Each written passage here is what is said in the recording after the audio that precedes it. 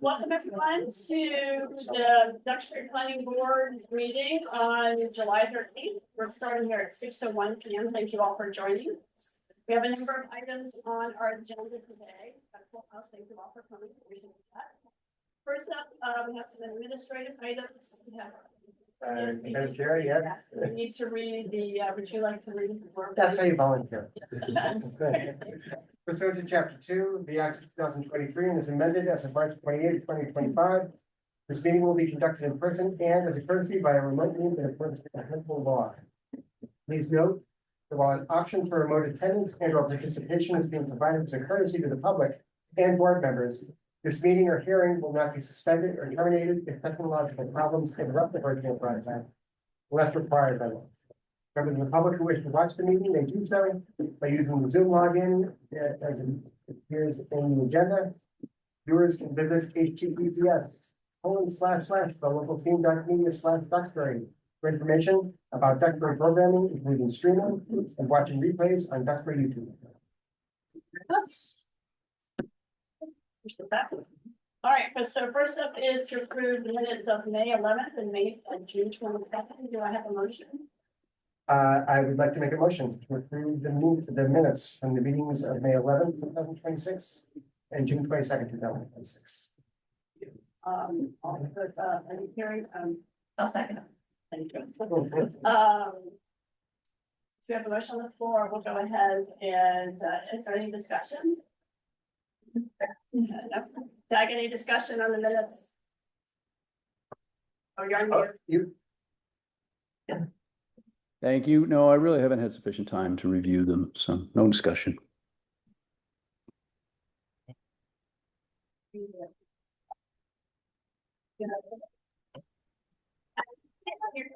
can't hear you very well, so we're going to see if we can increase the volume on our end. Okay, I appreciate that. I'll give you some audio data to test with. My comment was that I hadn't had sufficient time to review the minutes and therefore no comments. Is that okay? Voting on. I didn't have any comments on it. Okay, right. All right, hearing no since we have no discussion, I'll call for roll call vote, starting with Tag Online. Do you want to? You're going to abstain, okay? Matt. Matthew Ray, aye. Jim Lambert, aye. Lawrence, all right, aye. Kristen Rapp, aye. You can't. Aye.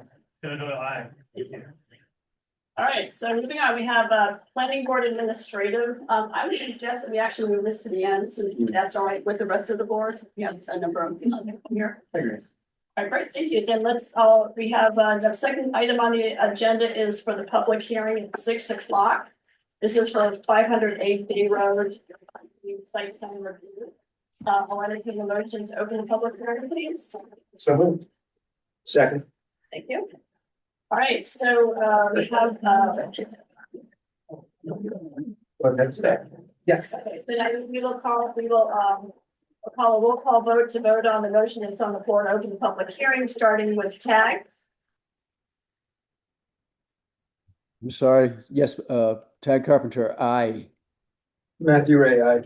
Jim Lambert, aye. All right, Kristen Rapp, aye. You can't. Aye. Aye.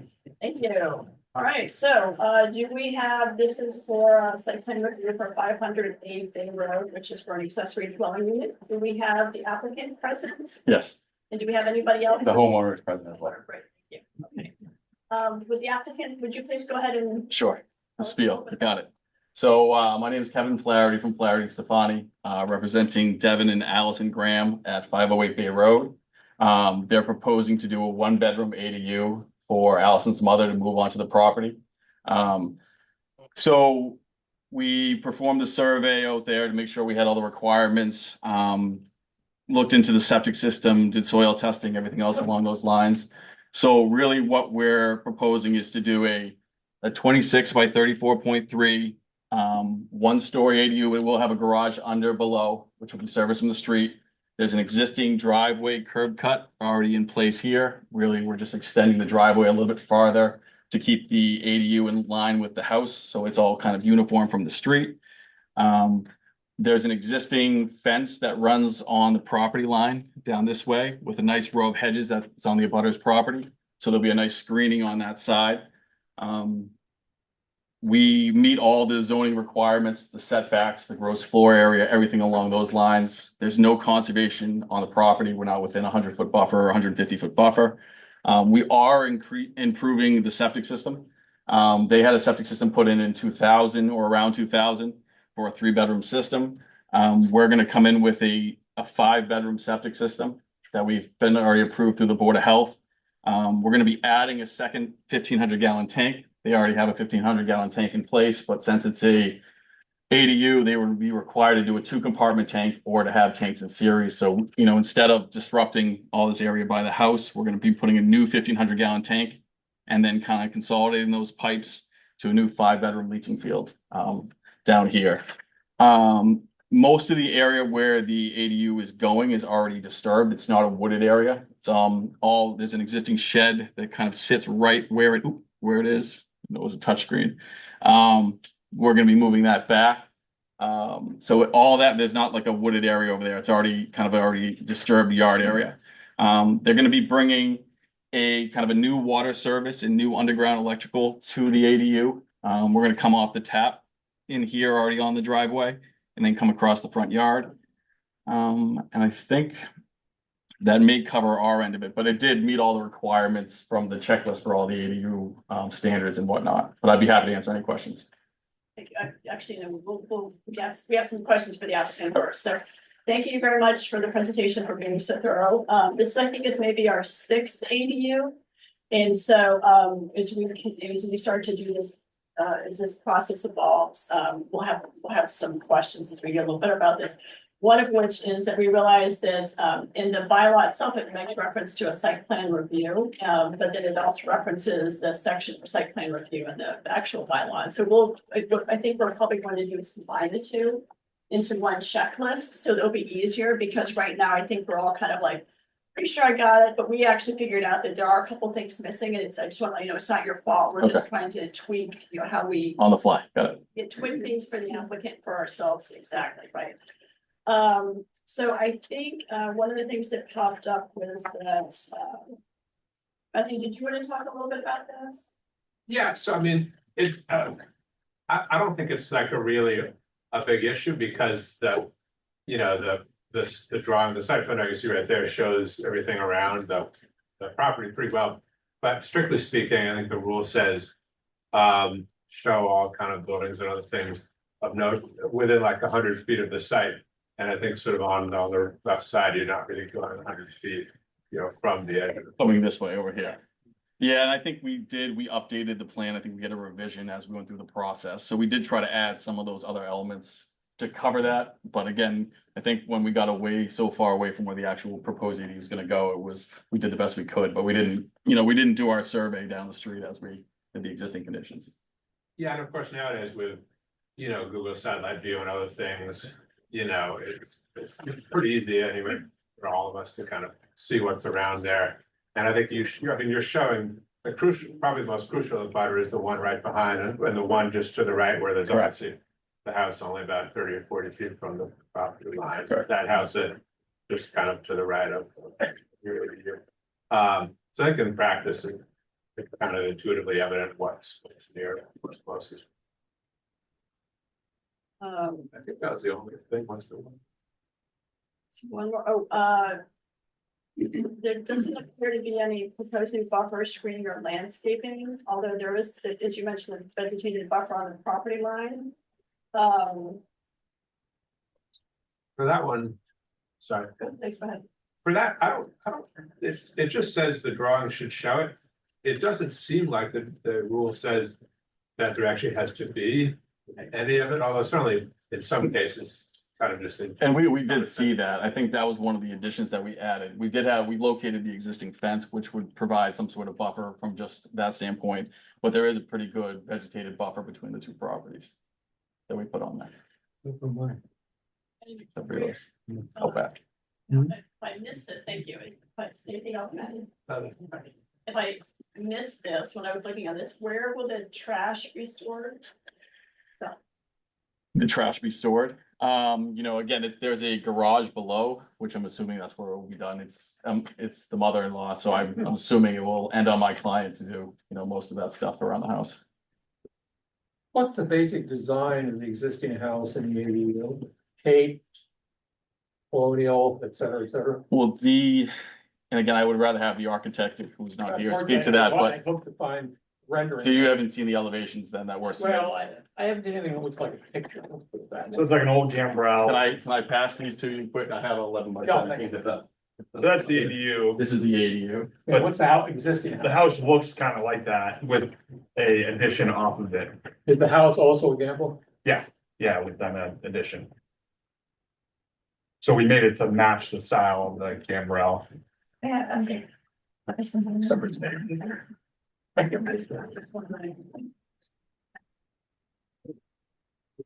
the house a little bit.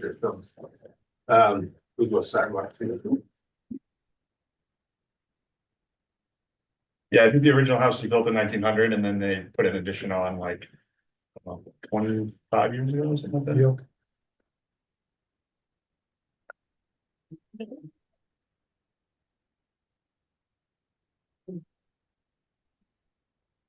The access is gonna be via the existing driveway? Yeah, so there's currently kind of 2 driveway cuts now. There's kind of this shorter paved access down here. Mhm. So we really are just gonna extend that off and the garage doors will be facing right where that is, And what about headlights on abutting properties coming in? So across the street. looks like the house to the northeast would be, the existing fence would shield any headlights, but the headlights are the same as you've been coming in. Yeah, like I said, they've been using the driveway. It wasn't for any sort of residence or anything like that, but they had been using the driveway. But I can't give you a black and white across the street exactly what's going on. Yeah, my mother-in-law can't drive anymore either, so she's not gonna be using a car down there. At least people, I hope not, yeah, you never know.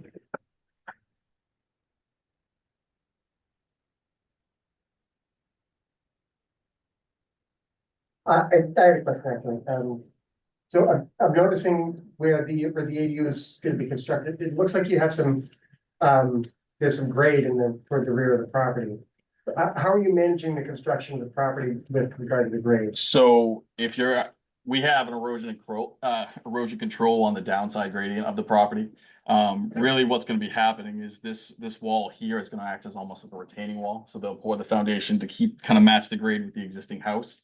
And then as you go around back and around towards a walkout or garage under up front, the grade will come around. We have a kind of a small retaining wall right here that they'll kind of step down as you get towards that, like you typically see with a garage under. Okay, what's the exterior lighting? It will just be, we didn't do a lighting plan, but it will be just typical, a lighting spotlights, by the door. Directed down, really? Yes, correct. Are you gonna be doing a wall under that shed? Or are you gonna be excavating out? This shed here is basically at existing grade. So the grade we had to catch was kind of the high back left corner. So as it comes down this way, the grade kind of levels out almost at the walkout elevation. So this will be, maybe a little bit of, it won't be a big earthwork at all or anything like that. And the shed doesn't sit on, you might be able to speak to it, but the shed is not on any sort of foundation or anything like that.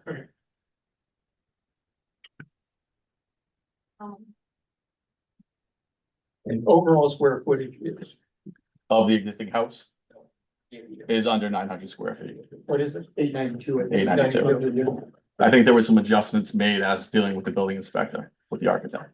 That was my next question. Yeah, they worked that out as they went through, because again, everyone's kind of learning exactly what's gonna be allowed and what's not gonna be allowed. What's the estimated distance between the new 1500 septic and the back edge of the new deck? I know there's 10 feet from the structure, but I'm assuming Oh, the deck's here. gonna be on footings. Yeah, so that will be outside of that. This deck, I believe, is only 8 feet out. Okay, So the tank will obviously go in first, and then they'll make sure that they work around that with the sun tubes going in. okay.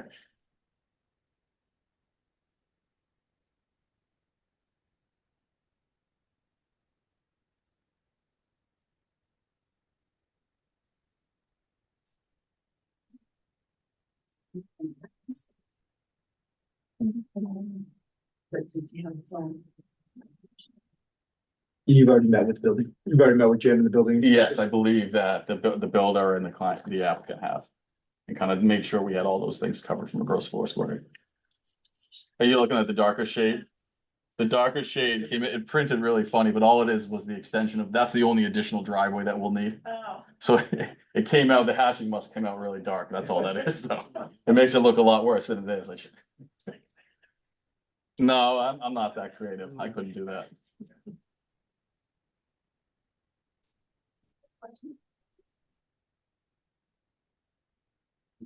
Tag, do you have any questions? No, not specifically about this at this time. Thank you for asking. All right, anything else from the applicant? No, I think that's it. Anyone from the public would like to say anything? If you would please state your name and identify your. Douglas Chadwick, 1 Bartlett Avenue. I abut Devon right there, 0 Samoset Avenue. Okay. That's my property. I have several questions. A, what's the distance between the ADU to my property line? Oh, okay. I don't know if you, so right here, we have a rear yard setback of 85 feet. Okay, and what's the distance where the shed's gonna go to my property line? I don't have a setback on that, but it will meet the minimum requirement. Roughly? So put me on the spot, I would say the back of it's gonna be around 50 plus off the Okay. back. 50? 50 plus, more than 50 feet off the back Oh, property 50 line. feet. And it won't be to your, do you own across the street as well? Yes. I own Okay, that so I was looking at this property here. That's why I was trying to figure out the tag. No, I got it. I just didn't. So it'll be about 50 feet to that property without the house on it. And why the heck did you cut all those trees down? I wanna know that. Why? What, the The trees? trees along the fence, they're all gone. My shade. is Oh, all gone. the pines and stuff? Yeah, To make room for the shed, but then, yeah, but you want, okay, anyway, you gonna put any back? I wasn't planning on it, but Might be nice.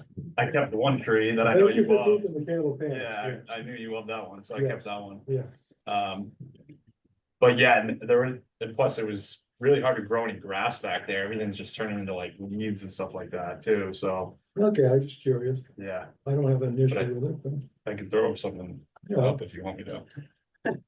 I have a question. Marilyn Chadwick, 1 Bartlett Ave. What's the height of build? How tall is it going to be? So it really won't be from your view, it won't be very high. There's a garage under out here, and then it's just one store above that. So there'll be just the one level for the living for the ADU, and then it'll be the roof peak. How high to the ridge line? How are the roofs on? You can put me on the spot. Forget about Duxbury. It'd be less than 30 feet. I can give you less than 30. Well, you make it less than 30 feet only on the crazy way we measure. No, that's true too. So from that first floor above the garage, I have about, It's great is what I obviously. no, I got it but for most of the grade around the entire building, I have 18, say 20 feet. From there, from the grade mostly around, from the garage, it might be like 20, 28 feet or something like that, to the very peak of the roof. So it meets all the requirements. My architectural plans are a little bit small for. Do you wanna show them the picture, how it's like built into the hill? Yeah, he's seen that already. But if you need to see it, then these are just. oh, we have the. Oh, you got it. Oh, Oh, okay. so yeah, so we're kind of building it in. These are all the different elevations going around. Oh, that one, yeah. Yeah, it's very nice. Yeah. Very nice architecture. Are there any other questions from the public? Yes, sir. Please state your name. Hi, I'm Ralph Devaney at 500 Bay Road. If I can go up here. I live here. And I do have some concerns.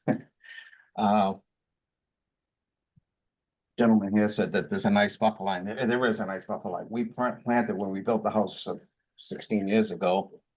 We bought 80 green giant arborvitae trees. And they're planted all the way down here, up to the corner here, and down to here. Down to here. They stop right here, right where this building is, and they pick up again here. So it's not green giant arborvitaes. Eileen, what's the name of those? I need to be 500. The cryptomerias, if you're dying in the middle. We can see the shed from our property and our big patio. That's that fence. Right here. Fence is on their property line. My patio is right there. So if they put an ADU, I don't know how tall, but it's going to see right in my patio and the windows on my house. The 3 bathrooms on that side, the kitchen, den. This is our busiest side of the house, the 3 bathrooms, the patio's right here, right across from here. The patio's right directly across from this. And that's where we spend all our time. The rest of the property, we don't really, this is not, all our time is right here. The kitchen's right here, the den's right here, bedroom's right here. And we can see their house, actually from our house, because those trees don't block like they do these. The green giant arborvitaes, they do a great job. We're just distressed over. There's gonna be a house about 35, 40 feet from our house. And I understand it's mother-in-law, but in the future, this is gonna be a rental unit. I mean, anybody who buys a house can rent it, right? An ADU is a rental property, or am I misunderstanding that? You can do the rental. You can rent it out. It's not the intent of what they're doing now, but you're No, not I wrong. understand. You're not that. wrong. Yeah, no, so I mean, I don't think there'd be a problem so much with Devin's mother-in-law. But we are quite concerned that we can see their entire fence right here. It's not blocked. Their fence is all blocked here, all blocked here, all blocked here. Can't see the fence. Right from our patio though, wide open, like we can, right there. We're on our patio and it's only 4.5, 5 feet from us, and we tried to put some, what are those plants? We put them, what are the plants we put down there? The hostas, because it was so bad. But the tree is, those trees, the way they grow, they're constantly dying. So, you just touch it and all the brown falls off. Irene has pictures and she can show you probably an area where there's a brown dead. I took a whole lot of it off and we're constantly picking it up and cleaning it up. But every time that dies, it just opens up more area. So, like I said, we can see their house. However, looking at each other, it doesn't matter. But when the previous owner was there, we can look at their TV. Before, when we first moved in, I mean, we could see the TV in their living room. So. Do you have some concerns about being able to see the house? I understand. I have a question. I just want to make sure that I understand it. So you have arborvitae around most of your yard, except for this one section. 3/4. Actually, we put trees, 80 trees all around these 3 sides, not the front of this is the front of our house. We're not on Bryant, we're on Bay Road, so this is the front of the house. But the trees run here, the green giants run here to here, but right where the house is, this is our patio directly across from it. Patio to the property line, would you say? The patio to that, it's from here to here, about 5 feet. So. I mean, if you look at the pictures, you'll see the big gaping holes and big openings in the trees. And then, of course, when you put a house here, the sun comes up this way. And the sun, of course, if you put a house here, it's gonna put more shade on the trees. And those trees don't do well. I mean, we're sorry we put them in. We should have put the green giants all the way down. Because Eileen will show you a picture of the trees here, like you can't even see the fence or anything. You can't see anything. So hearing somebody is one problem, but seeing somebody makes it, if you're out in the backyard or you're in the bathrooms or kitchen, and I can remember how it was when Ted lived there. It was awful. I mean, he'd just sit in our kitchen and look at his TV, and Those trees were probably like that big, right? Like those Those before they trees grew. have grown massive. yeah, I used to have a view of the bay. the green giant arborvitaes are great. They do a great job, blocking beyond his fence. Devin has a 6-foot fence. Green giants do a great job. These trees don't. That's our biggest problem. We wish we didn't put them in there. The guy said that they would probably grow the same. They would grow the same as the green giants, something different by our patio. He said you have a different tree. It's a prettier tree. It's very frustrating. I don't know. And it's a pretty design. It matches a house. I mean. If I could But- weigh in for a second. too, I don't know if it can be moved down where across from these trees. I don't know if that's possible, but So, Am well, I we can't right see that it. the applicant is not installing any buffers between that Oh. and his property? and again, I just talked to the client quick and he'd be happy to plant something. So what I was going to say is if you look at the architectural plans, there's only one window on that side of the house.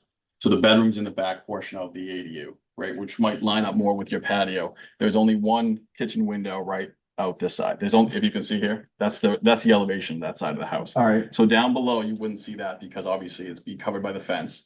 And again, if there's a gap, I talked to the homeowner, and he'd be happy to plant something in that space. Again, it's for his mother-in-law, so I don't, so I think there's willing to do that, and with the idea that it's not this big deck or anything else like this way that you'll see, which would be a nuisance, I agree. Yeah, I just. The future is gonna be rental. Mother-in-law's not a problem, but in the future, there could be somebody else living there with this noisy teenager or something, with a mom or something, who knows? I think I would take that as a win. So your neighbor just offered to buy you some trees.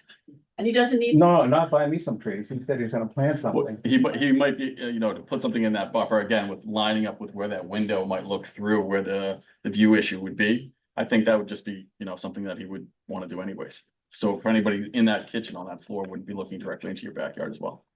And like I said, these architecturals are what he's gonna be going forward with. And I think the part of the design of the architecturals was to make sure that if this was gonna be the side where privacy was gonna be the biggest issue, to make sure there was no decks or anything else over that way. Yeah, like I said, it's never a perfect world, but. No, not a perfect world. Yeah. It's just a little frustrating, when when you get this news and you spend all this money, because we were really concerned about our privacy, it was big for us. And now, in the place where we're always there. Now we have a rental unit going in there, closer to my house, and that's a problem, for me, anyway. What's the distance between the ADU and the? This is it's about 25 feet or so, there's 15 feet from here, there's 15. See it marked. So there's on the back right portion of the house is 15.5 feet. Where? What are you? So from right here, there's a distance, right? From the ADU to the property line. That's not what I was talking about. I was Oh, talking the about from existing- the ADU to the Existing house to the left. The neighbor's house. No, Oh, our house. your house. So, I can't, I don't. no, I get what you're saying. I'm there. So I would say that you're probably about, You got a maybe scale on 30? this? And I don't ever plan on. I do, it's a 20 scale drawing, I believe. So it's probably, if again, just for a rough number, you're probably about 35 to 40 feet. Could you move it closer? The problem with Yeah. that would be that we'd want to make sure we'd line up with the driveway, with the curb cut, so we didn't disturb anything by the street. And also with this tight space in here, for the septic and everything else like that, it's, The septics are obviously movable to some extent. the tanks could be. But again, I guess my question would be that, Septic is not in yet, I assume. no, it's not. But I think even if we moved it 5 feet, I think the issue would not go away. If the issue would be completely eliminated, but I think 5 feet, in the field. No, I guess what it basically concerns me, is you get 15 feet to his lot line and 40 feet to the other house. To the house on the property, right? Right. I think you meet all of the specific requirements, but I think this is an issue that frankly, we're gonna see a lot of with ADUs as they come forward. And I'm not quite clear how best to deal with. Do we have any other questions from the public? Is anyone interested in seeing, I get photographs of my patio on these streets, if anyone wants to see the gaping there. Yes, I would like to. They're on here. Would it be possible to maybe email us those images, just so we kind of have them for the record? I mean, if we're gonna look at them in the public But hearing, I'd like to see him anyway. maybe even one way or the other. So.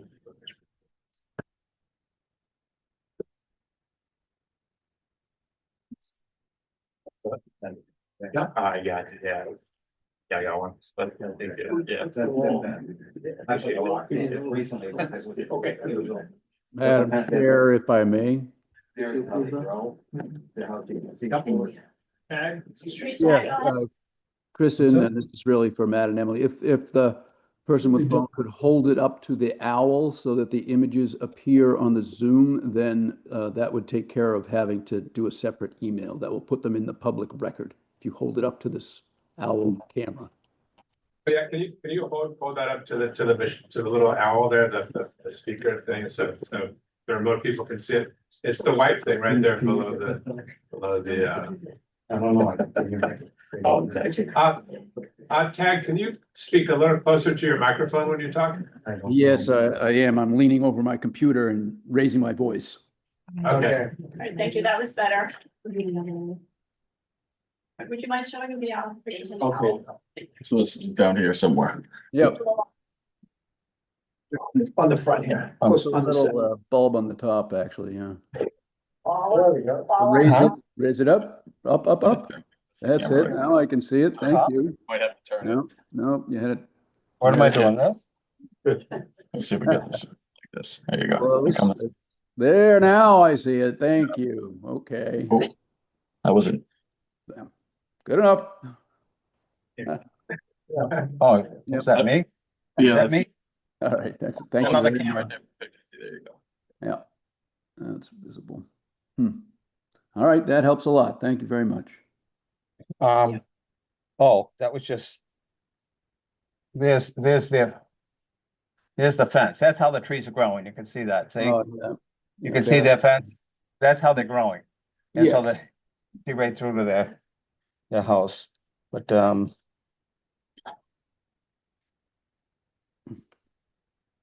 she took one of the, Well, I only want to see the ones you've showed the rest of the board members, so that's great. Thank you. there's others. Do you want me to mail them? Or you don't need them? To our staff, that would be great, and then they can make sure that we all see them. Thank you. Oh,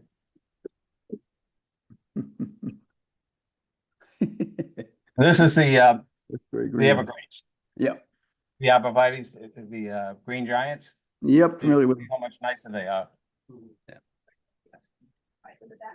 Thank you. I'd like to know the possibility they should probably do the ADU closer to the arborvitae's, closer to the front. Like move the ADU to the front one. It would be beyond my patio. Sure, no, I understand. I think the applicant can speak to that. I think originally they said that the reason that the house is cited as it is so that it lines, that the ADU lines up with the house, and they're trying to keep the two complementary. Correct. So like the access from that ADU was off the left side of the house a little bit towards where, the mother-in-law would walk towards. Yeah, the basically, house. so that way it lines up the house with the ADU, but then also we can have the entrance with the deck be level. That's the whole thing of having it on the second floor for her, so that she can walk right out onto our backyard in case she needs to access our main house, just because she's not so good with stairs and things like that, so. So it was a little bit specifically designed for the situation that's, Hold it forward and go down to the town line. Yeah, because the grade drops down. You can even see the grades coming down. The whole front yard kind of comes from left to right. The nice thing is that the deck is in fact on the opposite side of the house. That is, appreciate that. And they're required for site. Yeah, so since you get them in the back. Richard Egan from 169 Chestnut Street. I'm here for a different hearing, but I think it's an ADU, and I think a lot of similar issues that we're hearing. I just had a question about the comment you made, that when they were discussing the issue, and you said, take that as a small victory. I'm kind of wondering what that means for people that are here to say, are we here just to kind of take it? Or are we here to listen and to look at alternatives? Like I just heard the gentleman talk about, can that be moved to accommodate their concerns and yet again, still solve the issues that you have? I like the fact that they're trying to work it out, but you're kind of saying, it's this way or the highway. But is there any wiggle room in how these things happen? Obviously, it's new. But is there any wiggle room in terms of making adjustments like what you're trying to do? I'm sorry that came across that way. That wasn't my intention in saying that at all. I was simply saying that by right, the owner has the opportunity to build an ADU, and he right now, as near as I can tell, he follows all of the rules to do that. And so he's being very neighborly. I think he's being very neighborly and saying, hey, I totally get this. This is new, this is something different. I'll work with you to figure out a plan. That's what I was trying to say. Okay. It's not like it's, Take it as a small victory. I was like, Yes. okay. Yeah, no, I'm sorry, I didn't mean for that to come out wrong. I understand. I just, we're learning like you're learning. Exactly. Okay, any other questions? Yeah.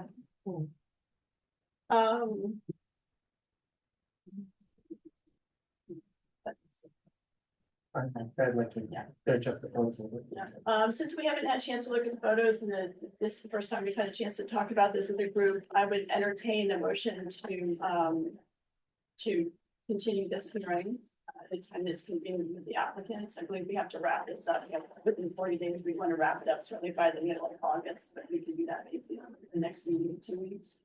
Yeah, my only concern is sooner rather than later, just because we're trying to get her in. We were hoping to have this already set up for her. She lives up in the North Shore, she's by herself. My wife's an only child, so, and we want to try to get everything done for the winter, right? So, whatever we can do to help expedite it, and I appreciate everyone's time, would be just super helpful. I think it would benefit you too to have some discussions on plantings before the next meeting too. Sure. Yeah, this is just a recommendation. Kristen, I'm just playing a little bit of catch up here, but I have one question and it may be in the plan set. I haven't scrubbed every page. Do you have an updated lot coverage calculation? Can you tell us what the lot coverage is with the ADU and the driveway expansion? So it's on the max building coverage is on the plan, and the maximum is 15%, and with the proposed ADU, it's only 10.6. 10.6. Great, thank you. Yes. Yeah, I have 5 documents labeled plan, so when you say the plan, it's not a very navigable statement. There's a table up there on the right with all the zoning setbacks and whatnot, on the right side, underneath the locust map. Okay, thank you. All right, thank you. I'll entertain a motion. Yes, I would like to make a motion to continue the hearing to our next planning board meeting, which is going to be on July 27. 26. Does that work for the applicant? Well, I was gonna ask, is there an appeal period for site plan review? I guess what I'm trying to think is the timing, and it does feel like if you look at the plan, I have a May 25th on the plan, so we've been trying to move through it for a little bit of time. I know there was negotiations before it got to you. I just don't want to lose, if you lose a month and I'm just nervous that, we're pushing the clock a little bit. And again, he's willing to work with me. I just didn't want it to go out another month or 2 months and then we have, we start running into winter issues. Right, but I think we have to wrap it up by the middle of August. I think was the date that we came up with. Yeah, so the application was received on June 18th. And so our rule is said, the planning board has 40 working days. Right. Which is kind of a weird rule, but that's what the zoning bylaw says, to decide on a site plan review application. Gotcha. Which usually works out. I mean, you kind of do it with a calendar, but it generally works out to about 2 months total. Working days, obviously Monday through Friday. Right. So, it's not a long period of time. No, I know, I just, from the duration, I know construction timelines. So yeah, I think the deadline will be probably like earlier mid-August. So, it's pretty ordinary to. No, I'm not trying to push. So is there any conditions we could put on it, again, moving forward tonight? So if we had our applicant agree to plantings that satisfy the abutter, again, if it has to be continued, this is my plea just to move things, but again, because we could come back and we could be in the same situation we are now, and if we could come to an agreement tonight, and I don't know if you can put any sort of conditions on it, like it's a special permit for the building inspector to enforce that planting be done or whatever it may be, even though, because he's willing to do so. I would suggest, why don't you talk with the neighbor and then why don't you talk with staff, if you want to, talk to them and just kind of make sure everybody's in agreement ahead of time, that can also kind of help us get to a decision. On the next meeting. I mean, I would think also like whatever you agree with the neighbor, then create a new site plan drawing that kind of shows it. New drawings that actually show what you agree to in terms of where the trees would be and all that stuff, fences, trees. Yeah, no, that's no problem. That will, it's a symbol for me. It's much easier than planting the tree, so I can put that on there quickly. So I just, whatever. Okay. So, all right, I'll get out of the way. Yep, so I'll just repeat the motion. So I'd like to make a motion then to continue the hearing to our next planning board meeting, July 27th, 2026. For the ADU that's proposed for 508 Bay Road. Second. Planning board.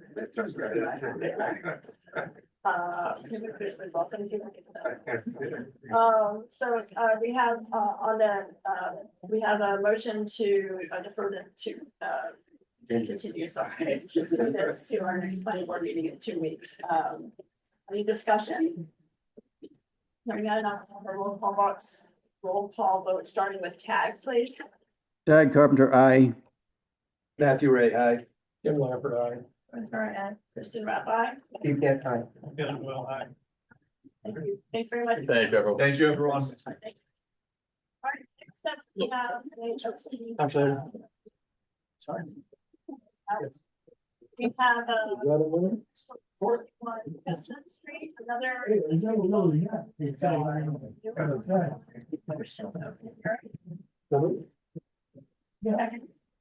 Hearing, any discussion?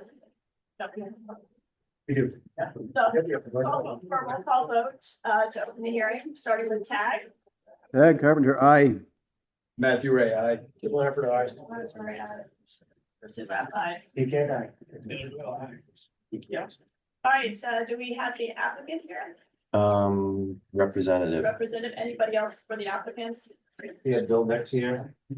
It's the homeowners here tonight. All right, great, thank you. Go ahead. Good evening. My name is Max Cupola with Grady Consulting, here with Bill Dex as well, representing the Mattern family. So they would like to propose a protected use accessory dwelling unit for them to live in, for their kids to move into the main house for their growing family. There is, if you would like to, could you please go to the third sheet? So as you can see on the site plan here, there is minimal grading to maintain the natural site features.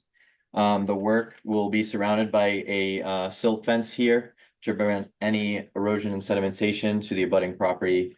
It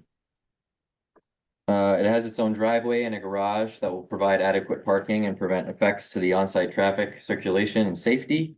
The driveway will have adequate site distance as there is no obstructions to the proposed entrance to the driveway on either side. The lighting for the accessory dwelling unit will be dark sky compliant, will not cast over property lines. And I'd be open it up to any questions. Buzz, if you'd like to speak. What's the total square footage? So we got the living floor area of 891. And that includes this unconditioned sunroom? No. What is it with that? This has already been approved by the building department. Excuse me? This has been approved by the building department. It's going to be approved by us also. I think what he just means is that the square footage was verified by the building. Well, yeah, That's my something question, I'm concerned about this. You know, like the building I think commissioner Lauren is kind of has unacceptable. It's just handy because the building commissioner is the one who kind of has the expertise to actually make those calculations, which it's more complicated and more legalistic than one might think. And so it's handy that the building commissioner can kind of jump in and say, okay, you know, verify this or like tweak it to make sense of.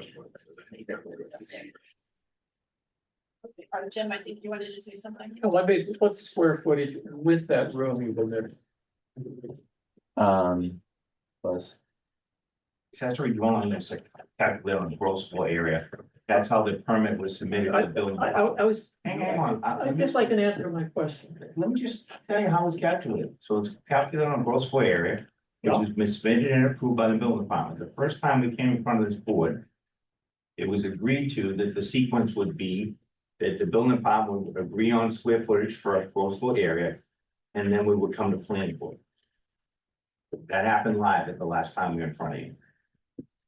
And that's the process we follow. What is the square footage of that room with that? We're getting that for you right now. Thank But it's, again, ADUs are not calculated on square footage, they're calculated on gross floor area. you. Where? 1,046. It's something we could probably check. I mean, we could double check it with the building commissioner if you wanted to.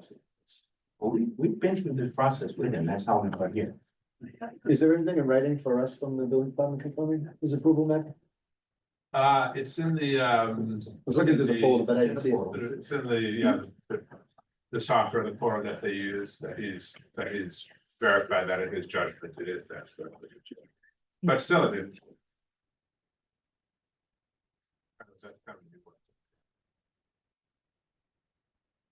I just have concerns. This is a solid room. This is it, what, 2x6, 2x4? With a roof, with actual windows, with hardwood flooring. This is a room. You're going to condition it, whether it's now or in the future, but it should be considered part of the ADU and its square footage. I think you did the same thing the last round you were here too. But I do what's in. you took some square footage out and said it was unconditioned. Just cheap for us. Yeah, so it was a stairwell, yeah. Yeah, and that permit's approved and we're under construction. I just have concerns with it. What do you mean by unconditioned? It's unheated. But there are at least 2 openings in it from heated space, am I right? There are 2 openings, correct? How much would it take to heat that? How much would it take? Yeah, what would you have, in terms of construction, what would you have to do to heat that? What's the type of heating? Would you need to do more than run either a couple of radiator pumps, a couple of ducts and something like that? Mini split, right? Yeah, Put a absolutely. mini split. I have a mini split in my country. It's conditioned.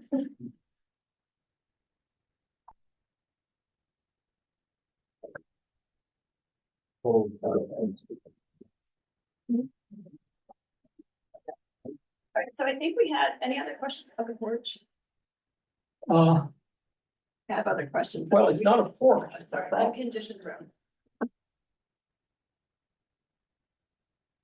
It's not a porch. It's not a It's porch. not- He's referencing this bump out here, not the front porch. Porches, because porches are excluded, but not in unconditioned rooms. I think that's what I'm confused about. Talk. About that. We had a couple of other questions. Matthew, did you want to, you had a couple of questions or suggestions about the, I think it was the plan itself, some more information you'd like to see? Well, for this one, actually, they do show the, or there is a note that specifies for where the trash and recycling, that's where the trash and recycling will be stored inside the ADU. I guess one thing that just surprised me a little is that actually, as far as kind of buffers between the ADU and the neighbor, it actually says, a row of pine trees will be removed at the neighbor's request, which it seems like a good thing. It seems like they're communicating with the neighbor. But I was a little surprised that the neighbor actually want them removed, since you think the pine trees would kind of help with the screening. So I don't know if you could kind of maybe clarify that. Yeah, The neighbors here. Yeah, the neighbors here as well. I'm here, yeah. Yeah. So the pine trees are quite 167. tall. Oh, sorry. Yeah.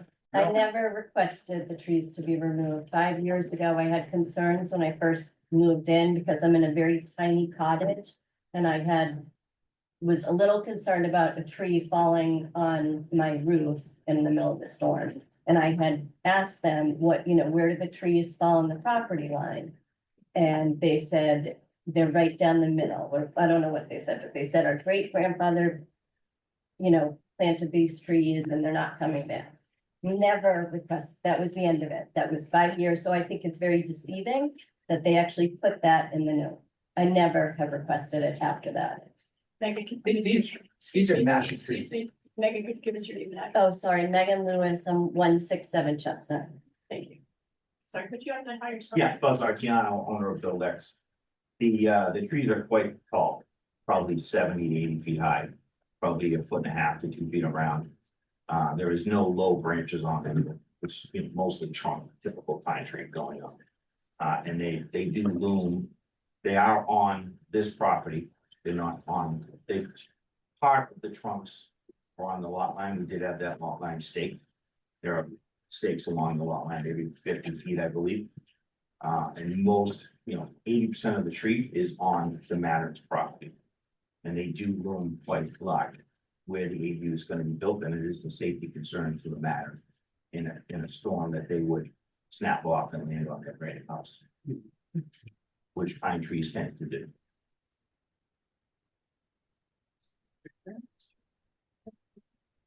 You're on though, Matt, can you just Third sheet. the trees on there? You see where the red line is? Oh, there it is. Sorry, got it. Yes.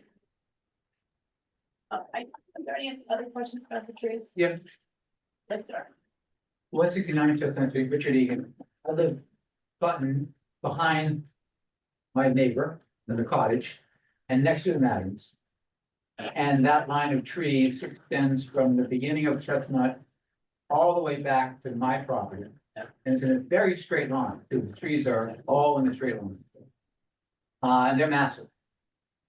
And it creates a barrier. It's a little bit of a nervous barrier because they're tall and they could come down. I'm not sure collectively, I'd be more worried about one being there or two versus having a whole series, but they do create a barrier. And I didn't hear any barrier that was going to take place in lieu of that to shield that easement, which is her driveway into my driveway, to protect us from the neighbor where the trees are the only variable.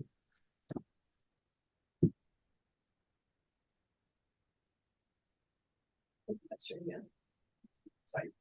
And then I heard a silk fence, but that's on the ground, I think, to avoid that. But Nothing nothing, temporary. no like stockade fence or anything to. Cause like the couple before us, our backyard sits right across from the area where that, the family, their family is, and the trees create some barriers. Maybe they go all the way along the property line and they stop. It's kind of right about where your house. I can't tell from the picture. We've taken out a couple that have been, that have had issues over the years, so. But certainly all of Megan's yard, it's a tree line all the way.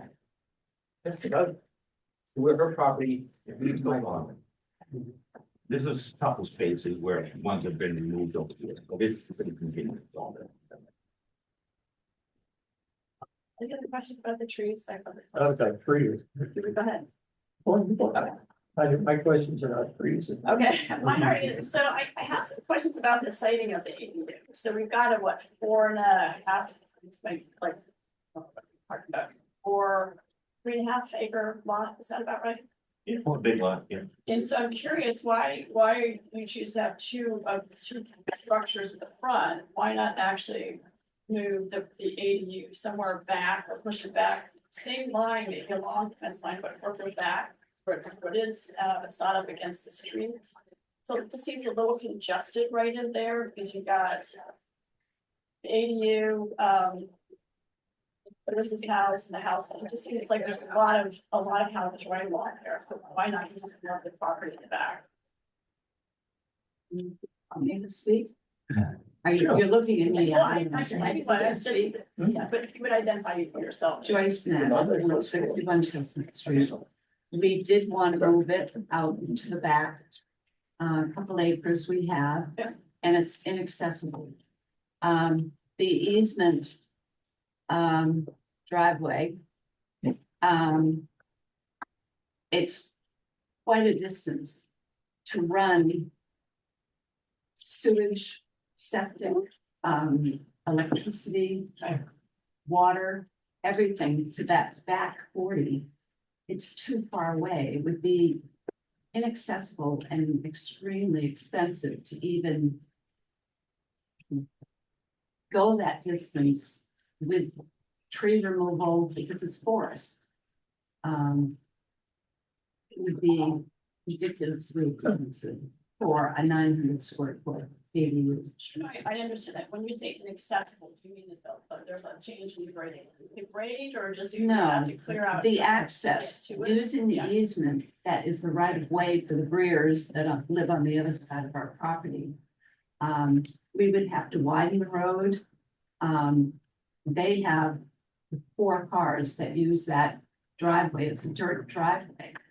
We would have to turn that into a 2-lane road, as well as cut across the property into the woods. The distance is just too far to access. We did want that and we did pursue that, and it wasn't possible. And so when you say, you're talking about this easement, what if the driveway went straight back along that same property line? I don't think they own that property line. This one here? Oh, yeah, that one, yeah. Yeah. I think we're. Yes. Okay, yeah. Can I go up to the map? Sure. Can you go to the first page, the overview? Yeah, so what Mrs. Madden was referring to was this utilizing this easement this way and coming down in here. We did look at this. It posed a lot of challenges to get back from here to there. Again, extremely expensive to get back here. You know, this was, this option was about another 100,000 between, this is a single wide shared, an easement, if you will. So this was about 100,000 and this was about 75 to 80 to go this way. And it was just a budget buster.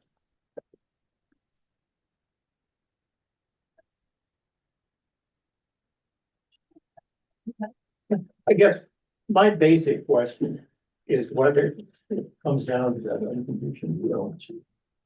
I'm looking at page 57 of the zoning bylaw.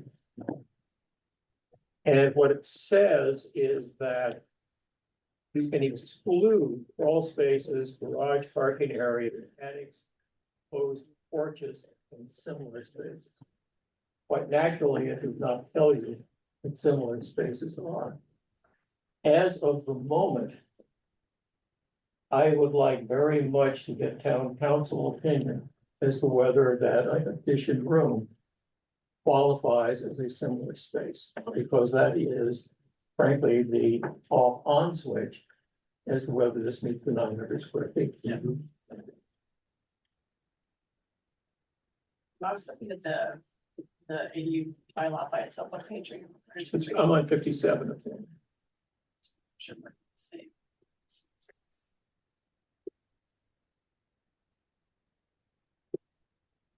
Part of the proximity as well, once we pull that out to the front, it may be beneficial on this plan if you can add the setbacks of the adjacent neighbors.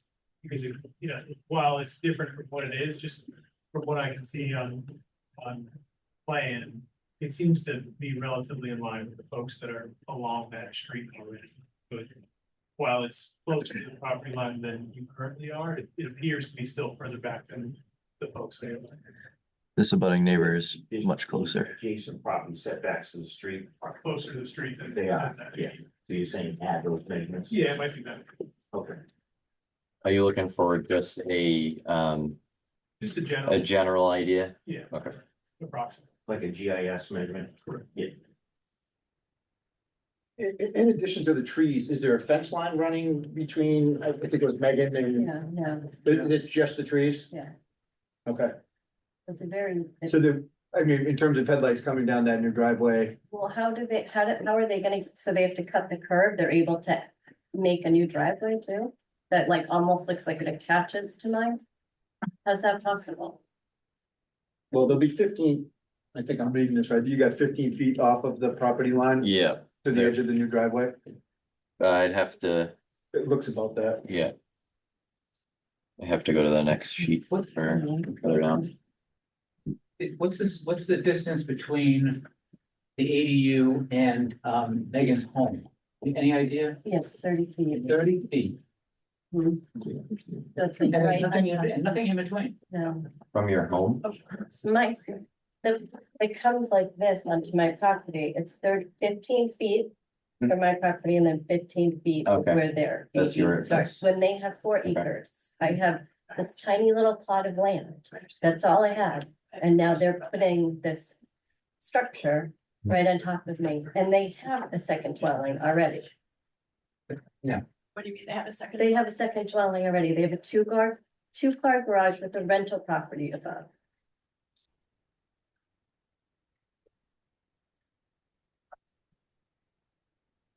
Questions from the board? Tag, do you have any questions?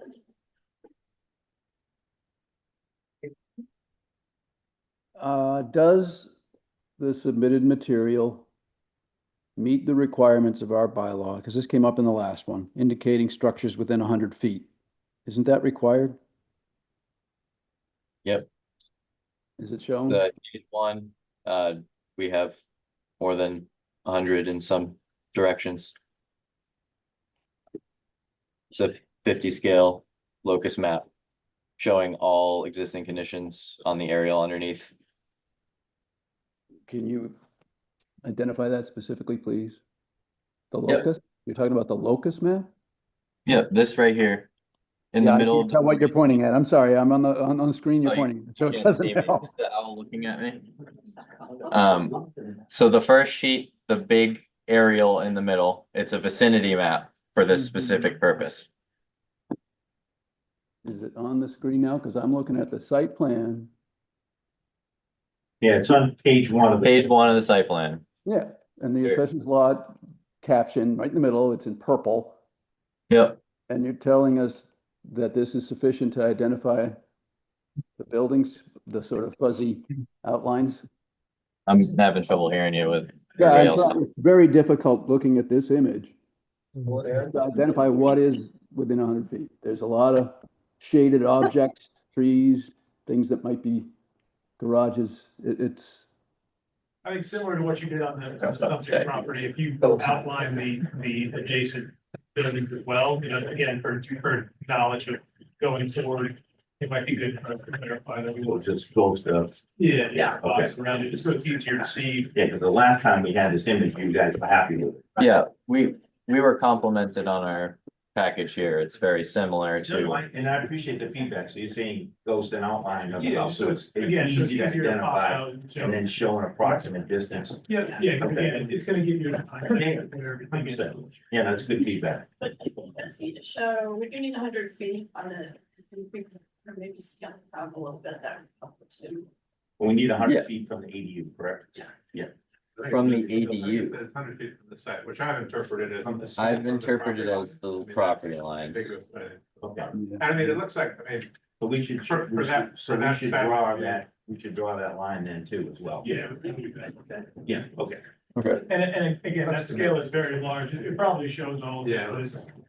but it is true that with the satellite view, you're kind of seeing trees and it's very hard to distinguish where they're actually. Yeah, so we'll show that 100 feet in the future. That way it is. We'll go in the house plan and we'll show the distance from the ADU to any adjacent property.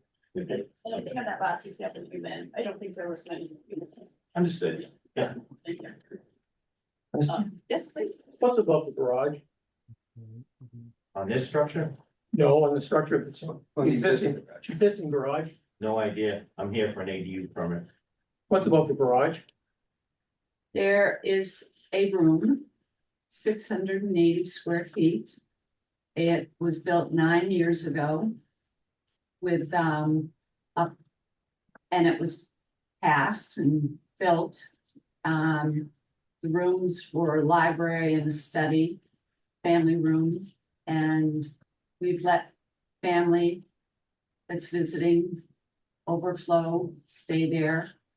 Currently, we have a friend who's in a crisis situation staying there temporarily until her husband passes of Alzheimer's.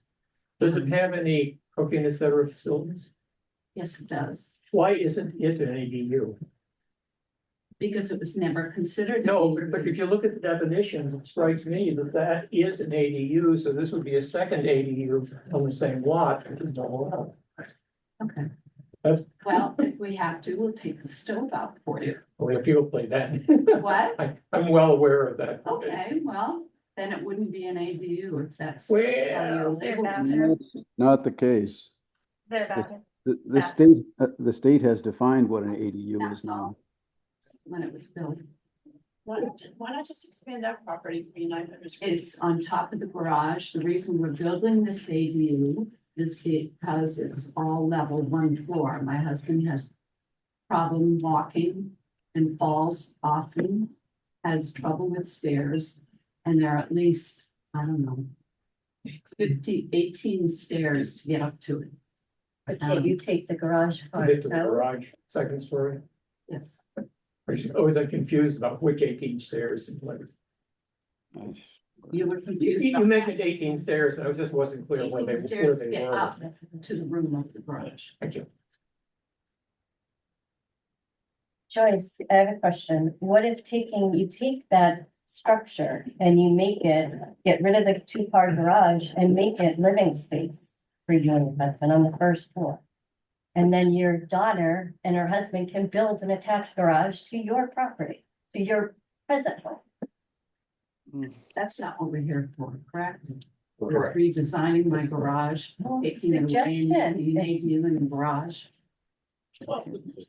Well, we have a lot of questions about the site and the property, so I think it's part of, some of this is brainstorming too, we're trying to figure out like, what's the best, easiest, what makes, not the easiest, what's the best use of this space?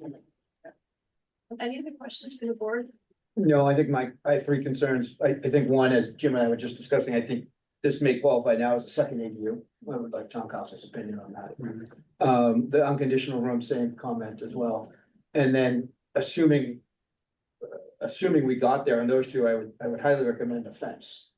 In addition to the. We have already discussed with Megan Lewis about putting in, I suggested initially a fence. We talked about it. She preferred trees be planted as a buffer between her house and ours, and that was an agreement when we spoke. Okay, have you spoken to the other butters? I didn't know they were concerned. No, I haven't. Okay. They are set way back. This doesn't Yeah, they're back have here. any. It's quite a distance from their property. The trees that line the property, I would have loved to have kept. But the trees that have to be removed to build the ADU will make them very vulnerable to the wind. And they will fall on Megan's house or our ADU. So they have to come down. They're 75 plus years old. As Buzz said, they're 75 plus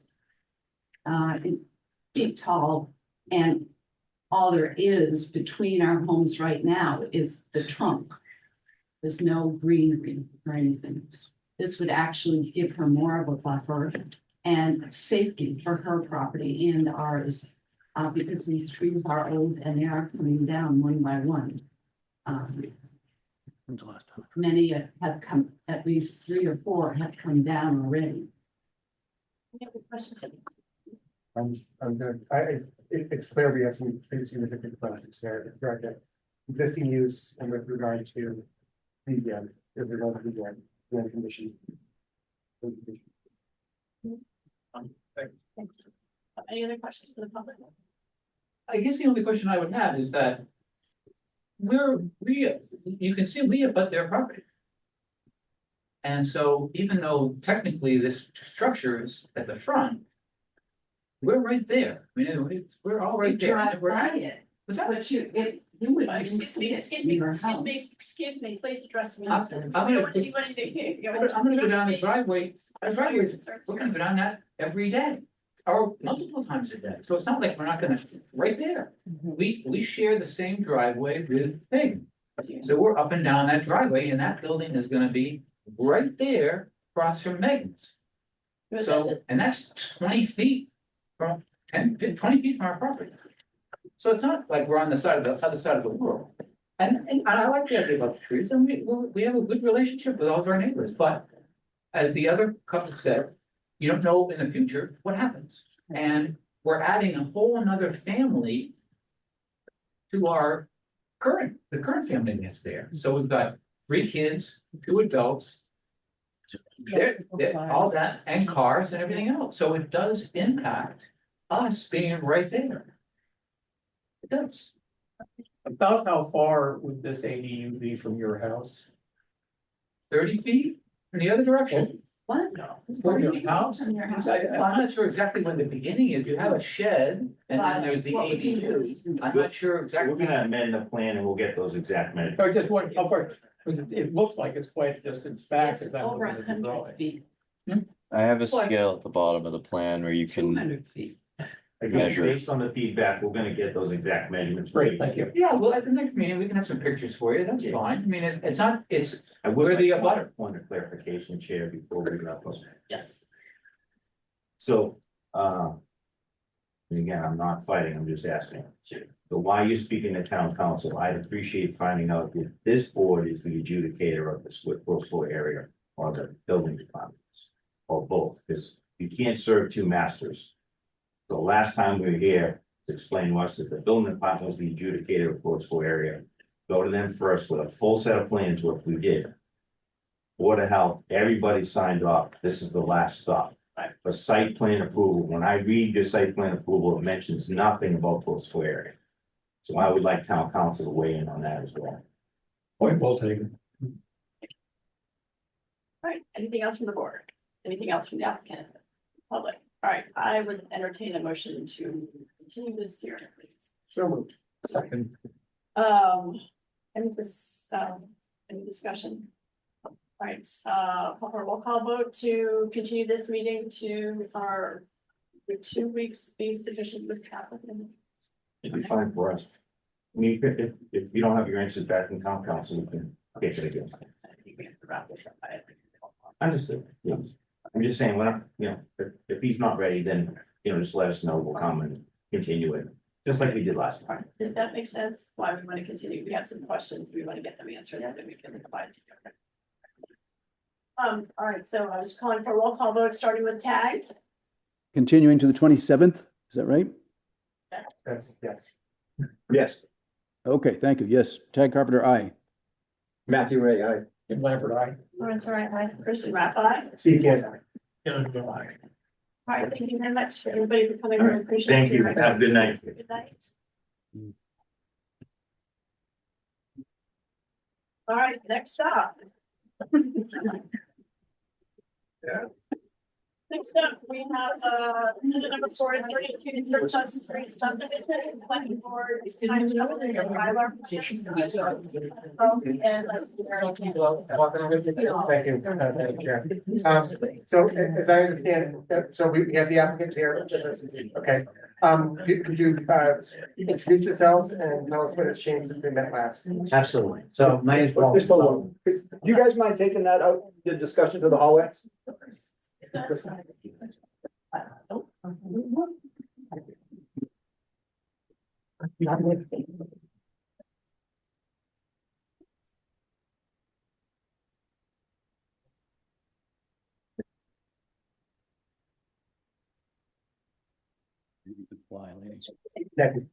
Good evening. Again, my name is Walter Sullivan. I'm the lawyer for the applicant Champion Builders. With me are Sarah and Tom Dacey. We were here last month seeking some amendments to your standard covenant. Most of them were minor or scrivener's errors. The name of the applicant had an LLC as opposed to a corporation. And we were also seeking some, what we thought were minor substantive changes. We've withdrawn the request for any substantive changes. We've resolved it through other means. So what we presented to you is the covenant.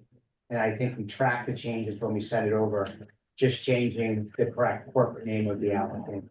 And so we're asking the board to sign that tonight and also to sign the Mylar plan for this subdivision that goes back to last year. And we'd be happy to respond to any questions. Thank you. Yeah, so I did review the covenant and it looks like, yes, you're simply amending the existing scrivener's errors, for instance. And it's scrivener's error is probably not the accurate thing, but yeah, I think we might have supplied an incorrect name. So we have the correct corporate identity and the person signed. Right.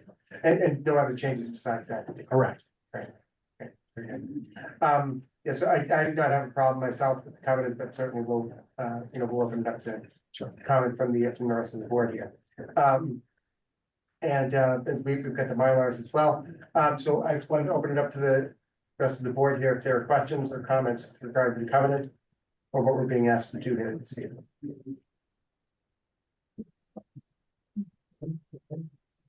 Very good. Great. I think we're satisfied myself. So I think at this point, I would entertain a motion then to approve the covenant as it's been presented to us with the corrections as they were presented. And then we accept it in that form. It's kind of a messy motion. Let me I would accept the motion to accept the covenant as it's been presented with the corrections as discussed. And then we would sign the Mylar. And then we will sign the Mylar plans as well. Second. Great, thank you. Any further discussion? Okay, I would like to take a roll call vote then, starting with you, Tag. Tag Carpenter, aye. Matthew Ray, aye. Jim Lampert, aye. Lawrence Roy, aye. Kristen Rapp abstained. Steve Gant, aye. Taylor Doyle, aye. Thank you.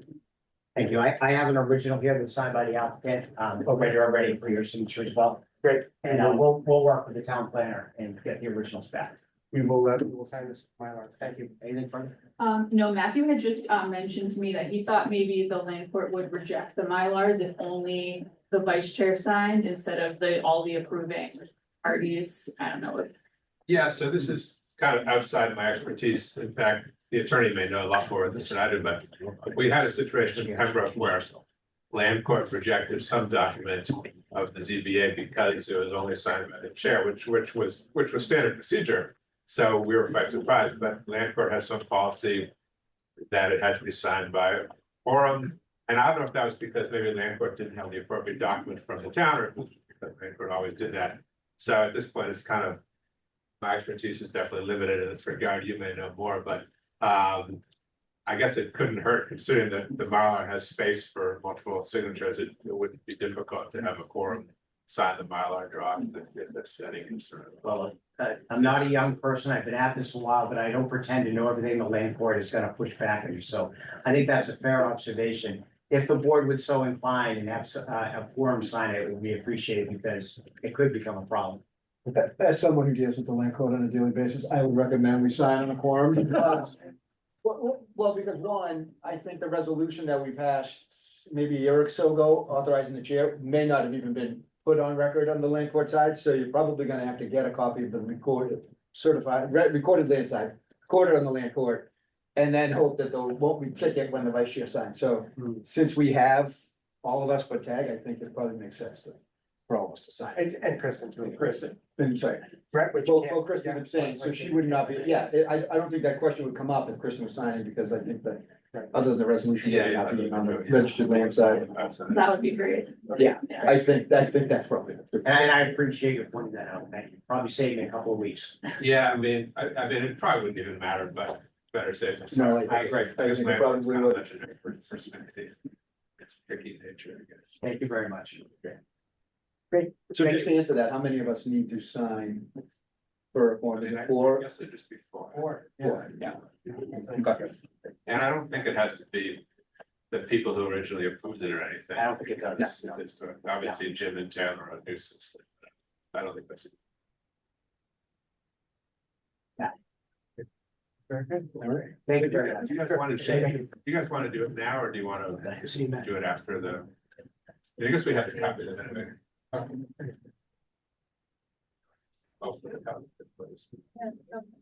I don't think we're worried about the covenant, we're just worried about the Mylars. Yeah. I mean, if they reject the covenant, then I guess that'd be a learning experience for us. Hopefully they won't. Right. Yeah, it's up to you guys if you wanna, I mean, I guess even if we can't give it back anyway, once the second, if you wanna make copies. You know what this looks like in there. It will need to be authorized. Okay, yeah, And I think the town clerk has to sign the plans too, right? Is there a signature? I think that's correct.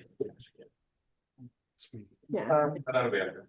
Sure, Yeah. I'd probably prefer to get through all of our business here. Yeah, And then we can sign it. yeah. So, We'll reach out to town planner. okay. Thank you very much. Thanks. Thank you. Have a nice night. Okay. Name on that? Probably. The That's fine. tag, Everybody's name. did you say something? No, there's another speaker here, Paul. All right. I think why don't we move back to the planning board administrative? And so to move it back up, with volunteer to the board, we didn't have a chance to do that formally with all the public hearings. Welcome. Thank you. There's no backing out now.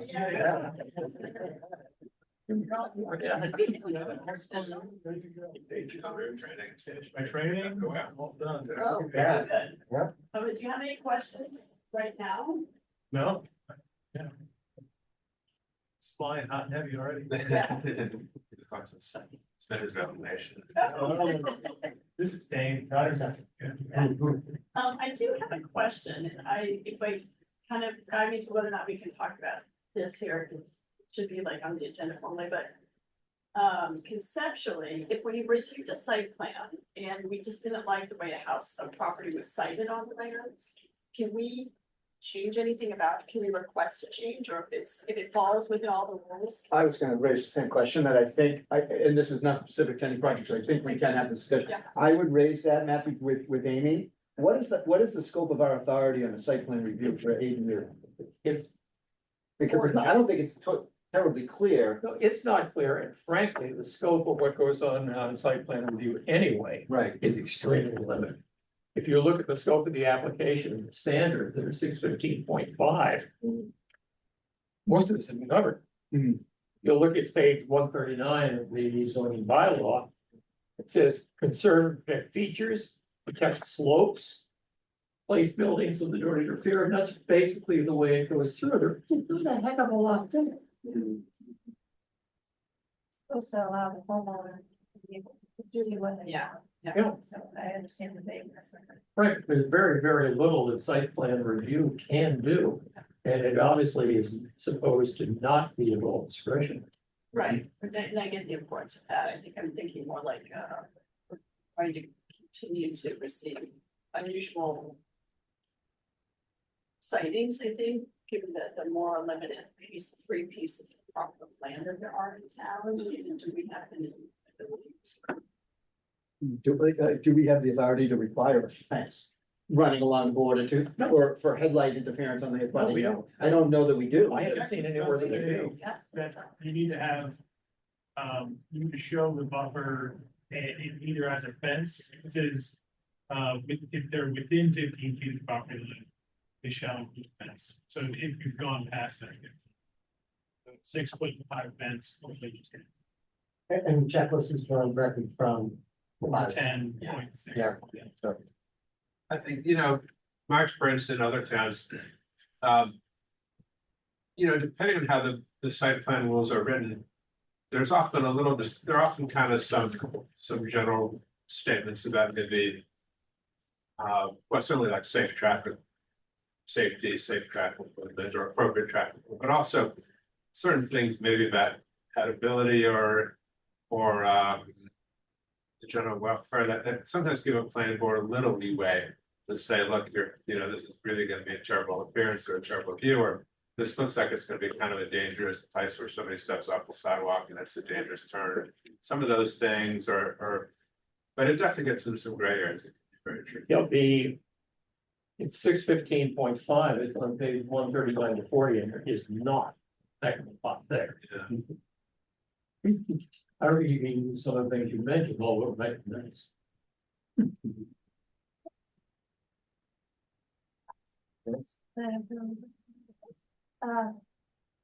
How can we, ensure that there isn't another property, because if Jim hadn't asked that question. We would have. We wouldn't have known. Yeah. I will thank. I whispered to Jim, because I said, you're already the bad guy, you do it. No, but Bob brings up a good point. I don't I think. can't really speak to the specifics of that Right, just situation. conceptually. Well, neither of us would have known if the abutter hadn't said something that there was living conditions on the second floor of the garage. So I think Lon brings up a good point, but. But I think you can't really have this conversation since we're not in the public hearing. Right, we can't have a specific question. Well, in general. In general, yeah. Even all of them that we have not vetted it out. Right. To see if there's another property. That's a really good point. We haven't asked anybody. It could be also, just based on the sample size of what we see today. And I don't know if this is specific, but there's on some ADU applications, there is only the principal dwelling and a new structure versus on other applications, there could be multiple structures and a new ADU. So that could be some reason why you haven't seen it. But the ADU also number can be in the principal structure. Yep. One configuration. Yeah. There are all kinds of potentials for playing games. And I think, there might have been about a question about when do we have site plan, when do we have a public hearing, and if it's for new construction essentially. That's the only ones that we've seen. But if ADUs are as of right, I'm not sure what our authority is to require a public hearing. Yeah, this is something I've discussed with town council and with the building commissioner. So basically it's, and this is the intent of the bylaw, is that if a proposed ADU is within or attached, going to be attached to an existing structure, which could be, of course, the house itself, or could even be just like a freestanding garage, or, you know, if they're putting a ADU above an existing garage, then it doesn't go through site plan approval, so the building inspector can just approve it, you know, per the rules without us ever having to know about it. But if it's new construction, if it's like a new freestanding building, then it does go. And that's even if To us. it's an addition, it's still just building department, but the full new structure. Correct, yeah, if it's in addition to an existing structure, or if it's within an existing structure, as long as it's attached to it, then yeah. And that was just the decision that they made when they were passing this new zoning bylaw. It's about a year and a half ago, or something, wasn't that long ago. So, I mean, we can, if there are things that we find as we go along, when we do that. Find that we need some clarifying language. So what are the questions we want Matthew to address with Amy? What was the phrase, Jim, that was similar? Well, the first question was on the gross footage. One question was clearly their exclusion of that unconditioned room, that unless it is a quote, similar structure, close quote, similar to exactly what is in the eye of the beholder, it's gotta be included in their overall limit. Well, again, I guess the definition is gonna be enclosed porch, because that, you run into that all the time. And this is throughout. not an enclosed porch. They didn't identify it. There, but It might be better if I discuss this with Kristen afterward. They can put Okay. together. So just generally speaking, though, we wanted, okay, I see what you're saying. Yeah, I mean, I can We've got talk about minutes. it, yeah, I can discuss it. I just want to make sure we're not missing any big questions. Okay. All right. Well, I think one thing brought up basically is that we need to have something resembling consistency among a number of different town groups on what in blazes is included in the gross. Separate views on separate boards and departments is not the world's greatest idea. No, right. Put that on that, let's do that. Do we have a replacement for Jim and Lyle? Do we have any idea? I don't think they've chosen, I believe. I think Bob is gonna be sort of the acting building commissioner. But I don't know I mean, if he becomes, if he did become president, then they still have to hire somebody new presumably to replace him, so either way, it seems like they have to hire someone. And it is a hard job to fill, I mean, you need kind of a unique skill set to be that person.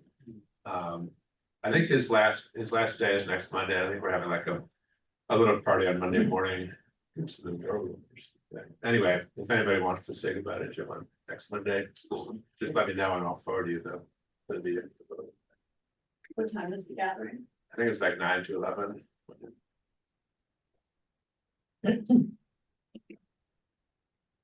So we move on to our next item. This is for discussion about possibility of applying for regional energy planning assistance or REPA grant from Old Colony Planning. Would you like to talk a little bit about that idea? Yeah. As I understand it, this grant. Yeah, it's still not entirely clear to me how hard it would be to get it, but my vague sense is that we would probably have a very good chance. I think already a few towns in Old County Planning Council's area have already sort of gotten it, and my sense is we'd have a very good chance. And basically the purpose of it, it's something kind of that the state is giving to, I guess, some of the regional organizations, which then offer it to the towns and cities. It's probably not like a massive amount of money by any means, but it still could be helpful. And the purpose is basically to provide assistance to towns that are changing their zoning bylaws to meet basically to change the zoning bylaws to regulate solar arrays, solar power arrays, to regulate BESS, and for perhaps the new clean energy rules. And so I think as far as, and of course, especially for the solar and BESS, there's like the new state interpretations and Dover laws and stuff that kind of are affecting us.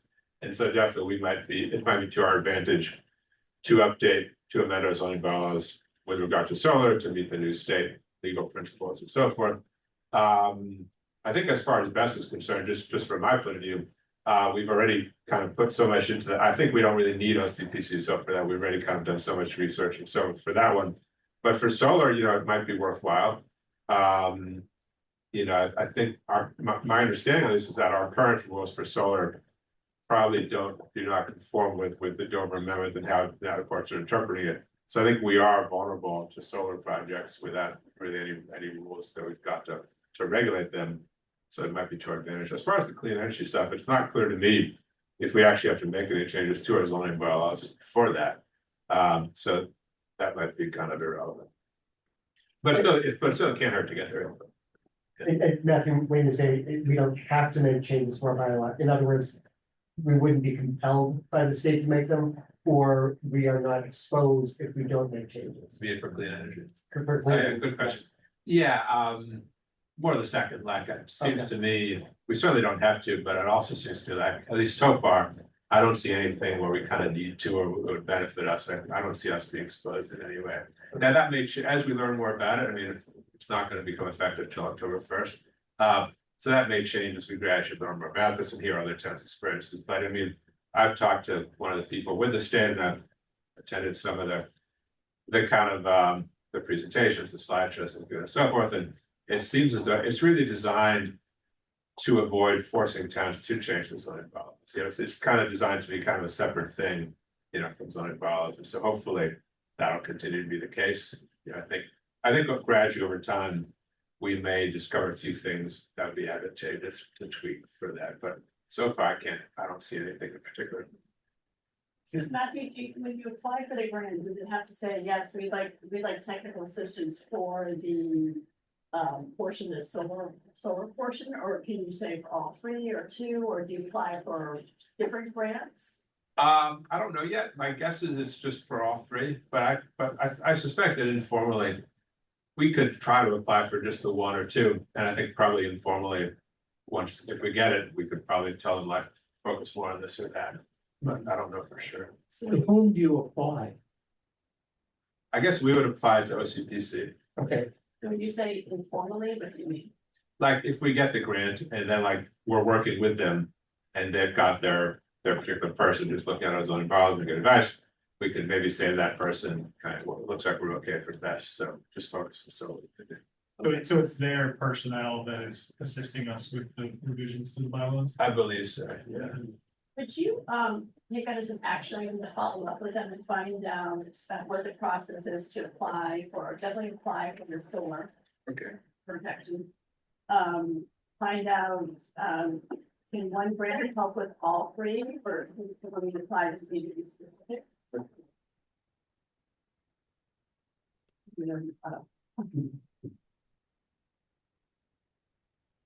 Sorry, the slow read. No, that's all right, sorry. Especially as they're gonna order news. Yeah. Okay, go ahead. And then the third one, this is sort of a question for the ZBS committee. Would we like any additional assistance for Bess? Would we like another set of eyes, or do you think that would confuse us at this point?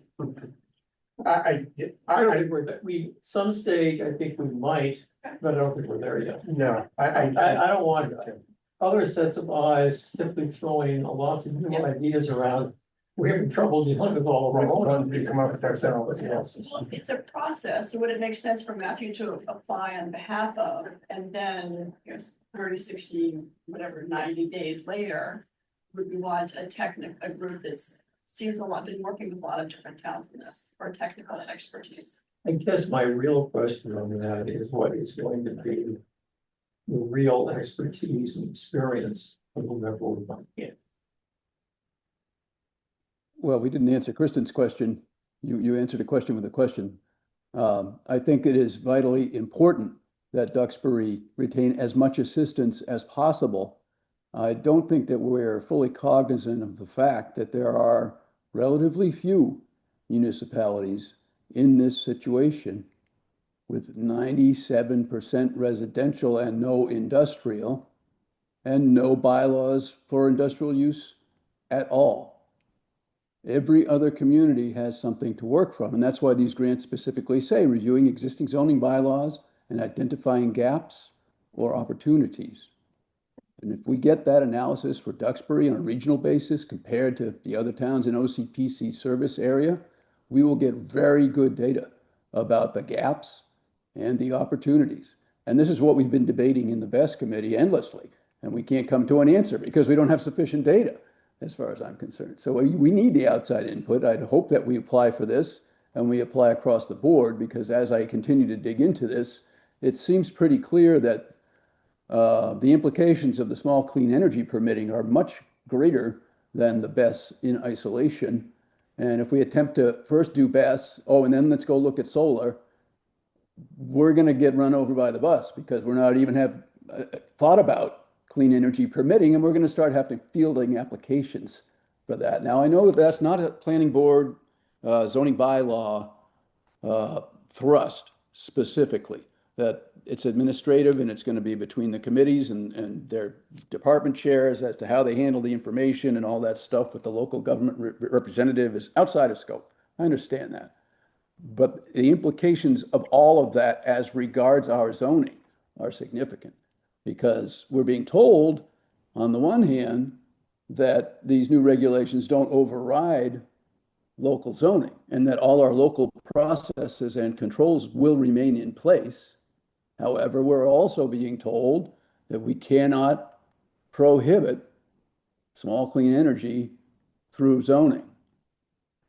So we need a lot of outside input on this, and I would like to see the planning board come in fully armed, saying exactly what's going on with the zoning, and then being able to connect that to what happens with the other boards. We're the only one that and the ZBA that deal with the zoning bylaw specifically, but all this stuff, all the small clean energy stuff is completely outside of anything we have. So it's a huge gap, basically. What's the wild card for timing? Like, and when you need to have this vest in somewhat of a formal, a form that can go to the public for public comment and revisions before the next town meeting? I guess that would be one of my questions as to what's their turnaround time? Their turnaround? Like, I agree with everything Tag just said, but what if they come in and say, well, we're not, we're so backed up. We may not have an answer to a grant and any comments to you until January, February. Does that push you guys too close to finalize the best, incorporate any changes, and then bring it out to the public before the next town meeting? I don't know. Just, and it may be a completely moot question, but I'm just curious. I think that's a really good question. I don't know. Yeah. To that, and I suspect, Matthew, that might be, I agree with Tag also. I think that we have three different things. I think from the planning board perspective, I think solar, I think fast, let's go from maybe 5 or 2. Yeah. And then the third one would be really, that's on behalf of the town. Yeah. Because there's going to be more input. Yeah. So on that one might agree. Yeah, and I just to put the fine point on it, and not to put you on the spot, Matt, but even though we're focused narrowly on zoning, this is planning. This is the job of planning, to look out 10 years and try and put rules in place now to make Duxbury the way we want it to be 10 years from now. And as far as I'm concerned, Matt, we're here to support you. And I want to see Duxbury be successful in this. And I'm deeply concerned that we're not fully grasping the situation and processing the implications of what Duxbury might look like in 10 years if we don't put more protections in place. I think in any case, I mean, my guess is if we apply for this and get it, it's, it would be, 2 or 3, 4 or 5 months, before they actually, look at it. So by then we'll have our best bylaw kind of completed, maybe checked by town council. And so then it'll be kind of in a good position for them to look at it anyway and kind of have one final set of eyes. And then for the solar, it'd be even better, I think. And of course, also, I mean, I think in most cases nowadays, solar projects, most best proposals have solar around them, or the solar projects are best within them. Like they often come together anyway. So it kind of makes sense. The more I think about it, kind of Tag is correct that it makes sense to have a look at both solar and best because they're often in the same project. So I guess the real question is, can you see if we can apply for all three? Okay, yeah. I'll ask, I think that's what they want, anyway, they probably want to do the same thing for every town, so maybe all three. It's a small amount, it's $3,000, so I think they're not gonna sit here and hold our hands. for Exactly, 5 months. yeah. I think it'll be like, yep, here's, this is what the gaps are in your Yeah. bylaw, this is what we recommend. It's up to you. Yeah, yeah, it probably won't be incredibly detailed, but it still might catch a few important things or give us. Can't hurt, yeah. Thank you for that. That's great. Yeah, As a nice- anything else? Yeah, I mean, I'm just reading this, the documents that Matthew provided, and it's very clear to me that, you know, they understand that there are significant regional differences in the impacts and implications of these state law changes. The state came in and said, we want to make everything the same across the state. And now they're getting the blowback bubbling up from municipalities, and they have got to get the regional focus in place. Otherwise, it's going to get away from them, you know? Anyone else? So I hope we do it. Hope we succeed. All right, so why don't we move on to agenda item 6, vote on closing old escrow accounts. Yeah, great. Emily, Matthew, can we do this as like one more, do you need a motion, do you want a discussion, do you want approval? I guess it could just probably be one motion to close them all, I imagine. You just need to sign, I just need a quorum of the board to actually sign the document, just because that's what finance requested. And if you have any questions about the specific accounts, ask Emily. Is there money in them? Yeah. Is there money in these accounts now? Yeah, I think they all have money of kind of varying amounts. But I guess so the real question I kind of have is, okay. A, in order to keep the accounts open, would be who's responsible for dispersing the money? And to whom? I think it'd be us, a combination of us and the finance. Could we? The treasurer. We sign a form that we send to the treasurer saying, to return it to the applicant, whoever, deposited it. Oh, yeah. All right. Looks like there's 6. The blue ones? The blue ones are the ones we're keeping open. Okay. Yeah. Oh, yeah. There's some that need to stay open, yeah. Okay. I have absolutely no problem with closing it, but I want to make sure the money. Emily, why do we have the other ones open? I'm looking at these, kind of thinking Peter Wiemeyer, Robbie Builders, those are, Juliana, those are projects that have, what's outstanding on those projects, you know, nothing ever? They just haven't been closed out, they haven't submitted like final as, but they haven't.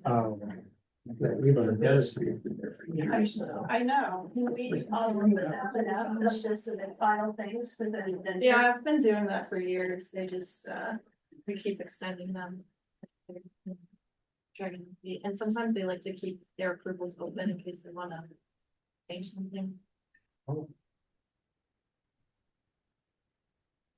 Yeah, I mean, in my experience, actually, the fact we're able to close about half of the accounts are almost is actually pretty good. I used to struggle with this in Pembroke where, you know, seemed like it'd take a miracle to even close a single, you know. So you'd like some of these people, like you'd think some of these people would want their money back, but it would be surprisingly difficult to persuade them to. Close. And as soon as you can't find them, but at least by closing out, we start the process and we'll probably find most of them in this case. Well, I was just trying to minimize the work. It's easier to leave it as is than. All right, so I'll entertain a motion, I guess, I'll entertain a motion. So I'll take a stab at it, Kristen. I'd like to move that the planning board close out the 6 escrow accounts flagged by whom exactly? By Emily. Okay, Emily, okay, flagged by our assistant planner there, Emily. And I will state that they are ending in 8970, 89002, 8955-595, 8957, 8945-595, and 8962. Second. Oh, any discussion? And then we'll call for a roll call vote, starting with Tag. Carpenter, aye. Matthew Ray, aye. Tim Lambert, aye. Lawrence, all right, I. Kristen Rapp, aye. Steve Cantor. Taylor Doyle, aye. And I guess I'll just pass this along and you guys can all, other than tag, you can all sign it. Right. Thank you. All right, next up is the comp plan. Just trying. We seem to do well with spending about 20-30 minutes on maybe 10 items. I'm just gonna keep going down the list. Matthew, you said, do you remember where we stopped last time? Yeah, actually, is it okay if I go back to an administrative thing quickly before I forget? Sure. Well, you saw this all on the first page, but just to mention it, oh yeah, the FY 28 budget, 2028 budget for the planning department, and it looks like, that will be due in mid-August. And so if you folks have any sort of ideas or suggestions, let me know, we can put on the July 27th agenda. You certainly don't need to, I think all five of the routine basic things that are needed, like salaries and so forth. And you certainly don't have to suggest anything in addition. But if you want to, so yeah, I guess the one caution I'd make is that oftentimes you need to kind of lay the groundwork, sometimes months or even years ahead, to kind of talk to the right people on the various committees and stuff, or the kind of the power brokers, and kind of start to get it into a place where you've got sort of a lot of widespread buy-in and support. So, I mean, having gone through this process a year ago, I kind of sort of learned about how it works. Yes, if you could go ahead and put it on the July 27th agenda, that'd be great. And when you and Emily are working on the budget, if you could be sure to include like a consulting fees, I think we always want to make sure we have that in there in case we need it. Sorry, consulting fees. Just consulting fees, I think there's usually a line item in there, is that right, Emily? Yeah. Let's just make sure we keep that. Like engineering services or? This is more like, I'm thinking if we need to consult with somebody on bylaws or something like that, we need to actually pay, because you say we get a grant for 3,000, but we realize we want to actually hire them to do more work, it might be another 3,000 out of our pockets, so make sure we have access to that. Does that include the cost of a peer review engineer? I think the applicant pays for that. Yeah, oh, okay, okay. That's what you're saying. There was one other thing.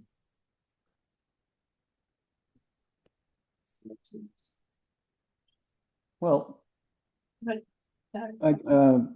maybe I can build on what you're suggesting, Kristen, because certainly as we've been going through the gyrations with the best bylaw, this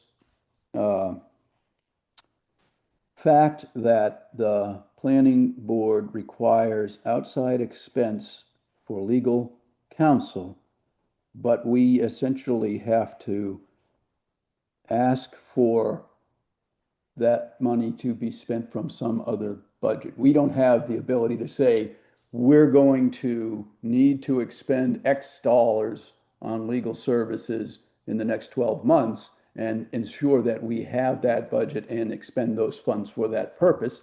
Instead, we seem to approach it on a case-by-case basis, and we're always told, minimize your legal expenses. And this creates friction, it creates difficulty in getting this consultation that you're talking about. So I guess I'm just trying to amplify what you're saying and suggest we actually come up with a figure, an estimate, a number of hours, so that we can justify it. I think Matthew, do we have a line item that we did bill for our legal fees against our budget? Yeah. So Tag, there already is a budget there. Yeah. I don't know how we're doing. It's not high enough. It's not high enough, no. Okay. So we could use more. Okay, then let's put in for more, and I would put in 2 or 3 times for this year, 2 or 3 times last year for this year because of us in particular. Do these envision paying anyone other than town council? The attorney fees are just town council, but the consultant fee what I was suggesting was just have, have some extra money. I don't view town council as a consultant, or just checking on the Yeah. attorney fees. Yeah, two different things. So we're basically upping Amy K's budget.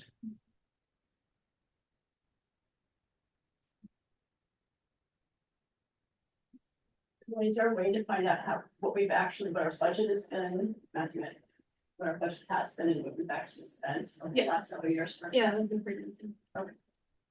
That would be pretty. Yeah, it certainly can't hurt to ask. And then we'll just see what happens. I mean, it always becomes an interesting process, which is start doing a lot of fiscal committees. Go through line by line, and of course, they've got their own personalities and points of view, but they don't necessarily know a lot about it and how. It's an interesting. Anything else for administrator? No, I mean, the other stuff you can see, Emily's going on vacation for 3 days next week. I'll be going for a few days in early August. The proposed 40B on Temple Street is gradually kind of moving along. The Miramar project, they say it's gonna be a 40B with about 400 bedrooms. Did you bought that? Is that public yet? Yeah, it's the, I guess Steve Gard is the attorney kind of representing it. I guess he's part of the group, and then it's got, I think, Ben Berg, I think is his name, is, I guess, maybe the primary developer, or at least one of the developers. And part of the reason we know this is because they went before, and this is all again very much public record, they went before the Kingston, maybe like Water and Sewer Board or something, to request to get a hookup for, I guess maybe only for sewer through Kingston. So that way, and of course, because the property is so close to Kingston, I guess it's pretty easy to do. And that way they won't have to like build a massive septic system or massive like internal sewage treatment plant or whatever for it. And so if they succeed in doing that, then it kind of makes it easier for them. But in the process, of course, there's the video out there on the web and stuff of them discussing it with the people in Kingston, is saying, looks like there'll be 375 to 400 bedrooms. But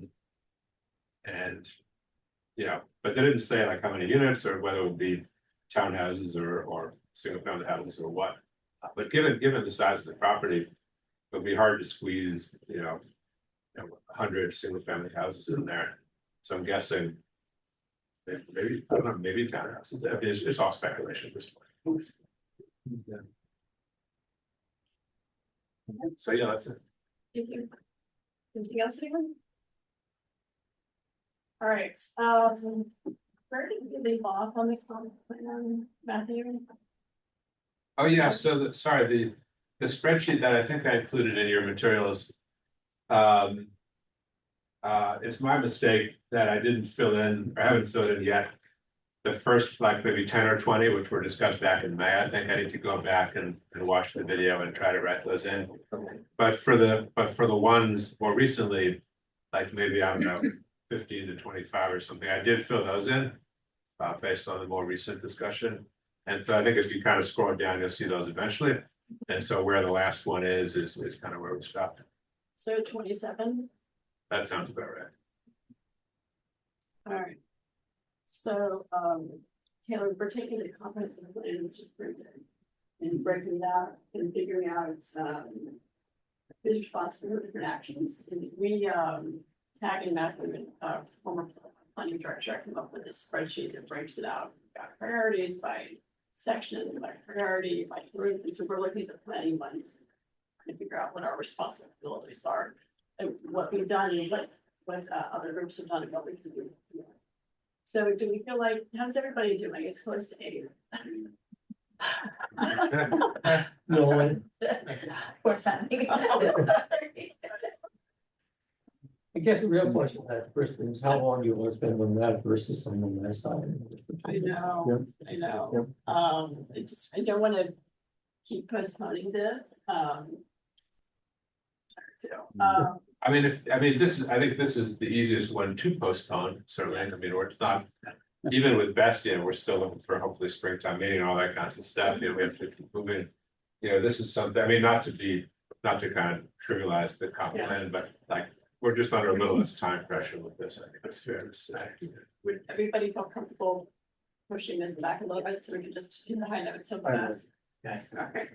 Yeah, I would, because I'm also remiss. I have my notes from May 11th, which I reviewed briefly, and I owe them to Matt to support that process. So I'd like to complete that work action before we revisit this. Why don't we take maybe 5 or 10 minutes to just give the rest of the group some highlights? Oh, Sorry. Well, I'm not sure where we left off. We last talked, it was a month ago, and since then, the big thing that we were really grappling with is whether or not to have, how many tiers to have. And we knew that we wanted to define them by their power capacity, but we didn't know what kind of requirements we wanted. And so we ultimately decided, Tag came up with some really great ideas and ways, things that we could have requirements for the different levels, and we ultimately decided we want to keep the bylaw fairly vague in order that, so we want to say we don't want to have too many details about, we want to have a reporting system, but we don't want to say, all right, we need somebody to have a report available every 24 hours to show if there have been any incidents, because who knows, maybe we want it to be every 12 hours, maybe we want it to be every 48 hours. So we just want to have a system, a reporting system, emergency reporting system. So we decided, we came up with just 2 tiers. The first would be Behind the meter. behind the meter. This would be like a test launch house, less than 250 kilowatts. And anything above that to an infinite limit would be just tier 2. And we talked about having more restrictive tier 3. We decided, let's just have the restrictions or the requirements, not restrictions, the requirements for all of tiers.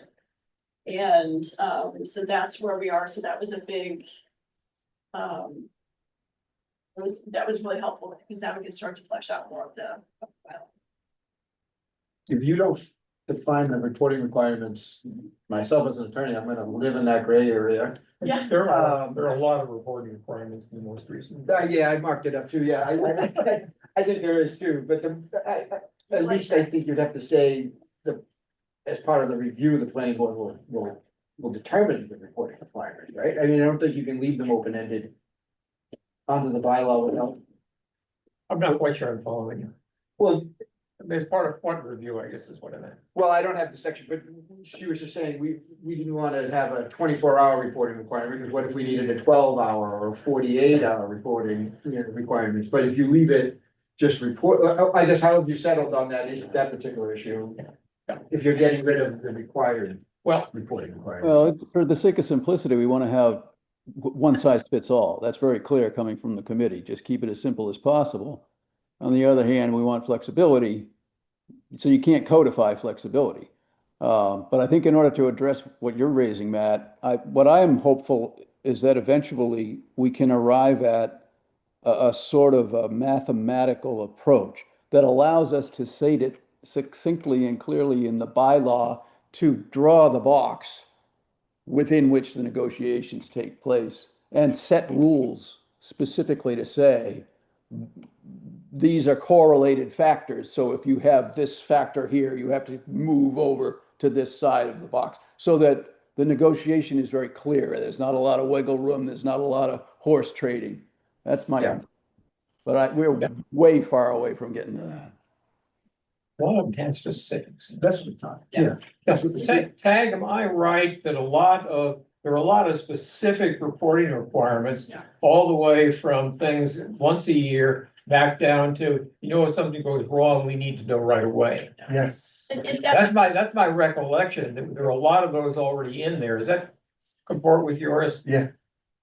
Well, I've thrown a lot of proposals. I don't know what's in there right now. So, yeah. I was just saying, like, we didn't want to put too many, you must have 12.7 hours. We wanted to be more, to have some guardrails. Mhm. We did, because we do want to allow for some room for negotiating. Okay. And so one of the things we talked about was actually taking all the details that we did talk about and putting them in a guide to give to town fire chiefs. Yeah. We haven't settled. I'm not sure how that works. All right, don't worry. Jim or Steve, you might have, like, what are some of the other things? Up there? Oh, the tiering, the tiering question is really the thing to be focused most on really over the past, I would say over the past year. So I think that was a big piece of it. Sorry, and Steve, then- can I ask you to speak up, please, because I really can't understand what you're saying. Oh, sure. I was just suggesting that the tiering was something that we've really focused on over the past month. So that was a huge focus. The other question that we're really addressing is, we have the bylaw here. Now, the other concept that we have is the community benefits agreement, the CBA, which is, you can think of the bylaw as the law, and then you might think of the CBA as a form of regulation that deals with a lot of the more specifics that would be involved with installing or maintaining or decommissioning a BESS system. Has anybody tried to find or look at any exemplary CBAs? Because I have not. We had one from West, I think it was West Duxbury, and that's where we got a lot of information. Yeah, there was there one from Carver too?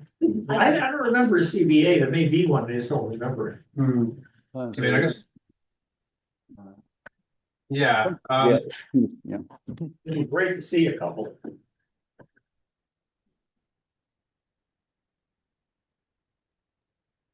I'll put that in. Yeah, there's this to see a couple, because obviously it's going to depend a great deal on what's the specific site project we're talking about. This is not would not be a one size fits all. Oh, correct, yes. So the CBA would be specific to each. There's areas that I can see. Yeah. About as far as I can see going. The other thing is we talked about setbacks, 200-foot setbacks from all side, rear, front lot lines. 400 to the nearest water source, like a well. Yeah. Buffers would be, there'd be an operational area that will have a physical fence and then a perimeter monitoring fence for environmental issues. Within the fence, there would be a perimeter road. There's a road within the perimeter fence. Yeah. And then you have the nodes for monitoring. I honestly forget whether they're inside or outside the fence. Along the fence tag. Yeah, well, I don't know where it stands. I originally proposed an interior and exterior for the tier 3. So ultimately, the goal is to encircle the entire property. That's why I introduced the term municipal boundary, to make that distinct from a parcel bound, because you could easily have a BESS which encompasses multiple parcels. So I was trying to identify the perimeter as a singular entity by using the term municipal boundary. And so nominally, the municipal boundary would be the location of the perimeter environmentally.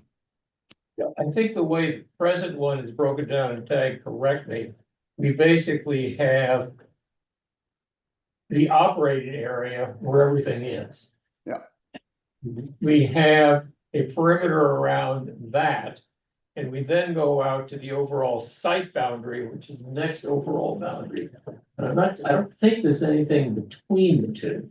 So there's the fence, 30 feet of buffer, and then some type of a planting. Vegetated. Buffer. Yeah, and on that said deciduous, I think you're gonna want more evergreens and. Yes. One thing, and I was looking at that is, Fairfax County, Virginia has a really good transitional screen yard section in their zoning ordinance that talks that very well specifies how that has to be planted.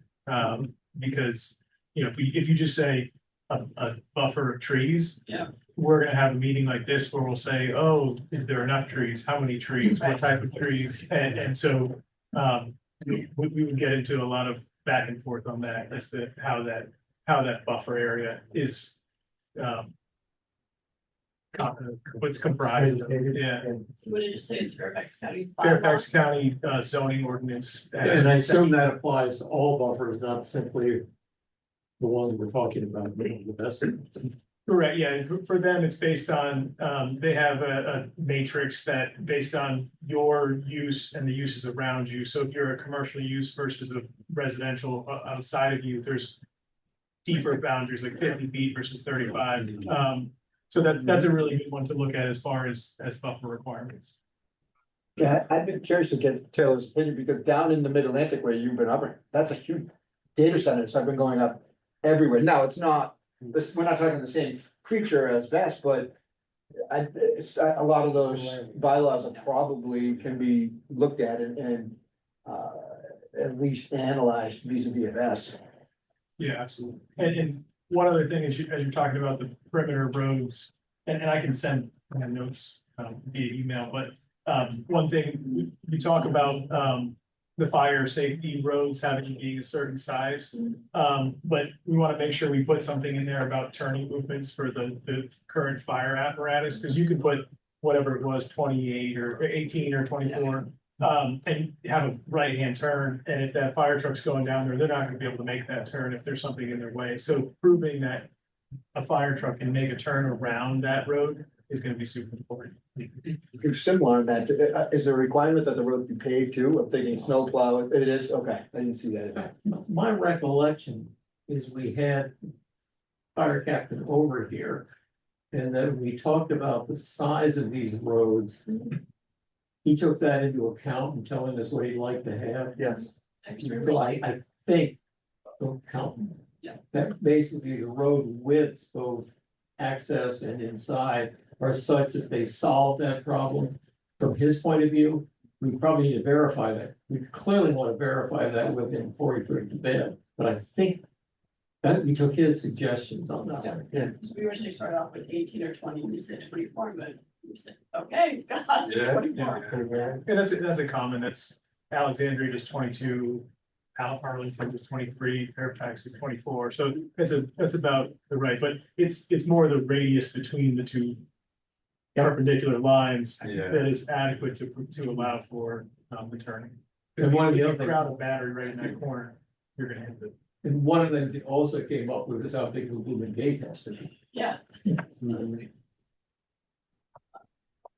think we're required to pave road like a certain grade, Matt. Yeah, something that's followable. I'm thinking the last winter we had, and then an emergency happens and you can't get out there. Because the roads couldn't be plowed. Yeah, we didn't specify that for the parking area. I think we said that could be gravel or. It could be paved. I think you're. I would always prefer. It's easier, but.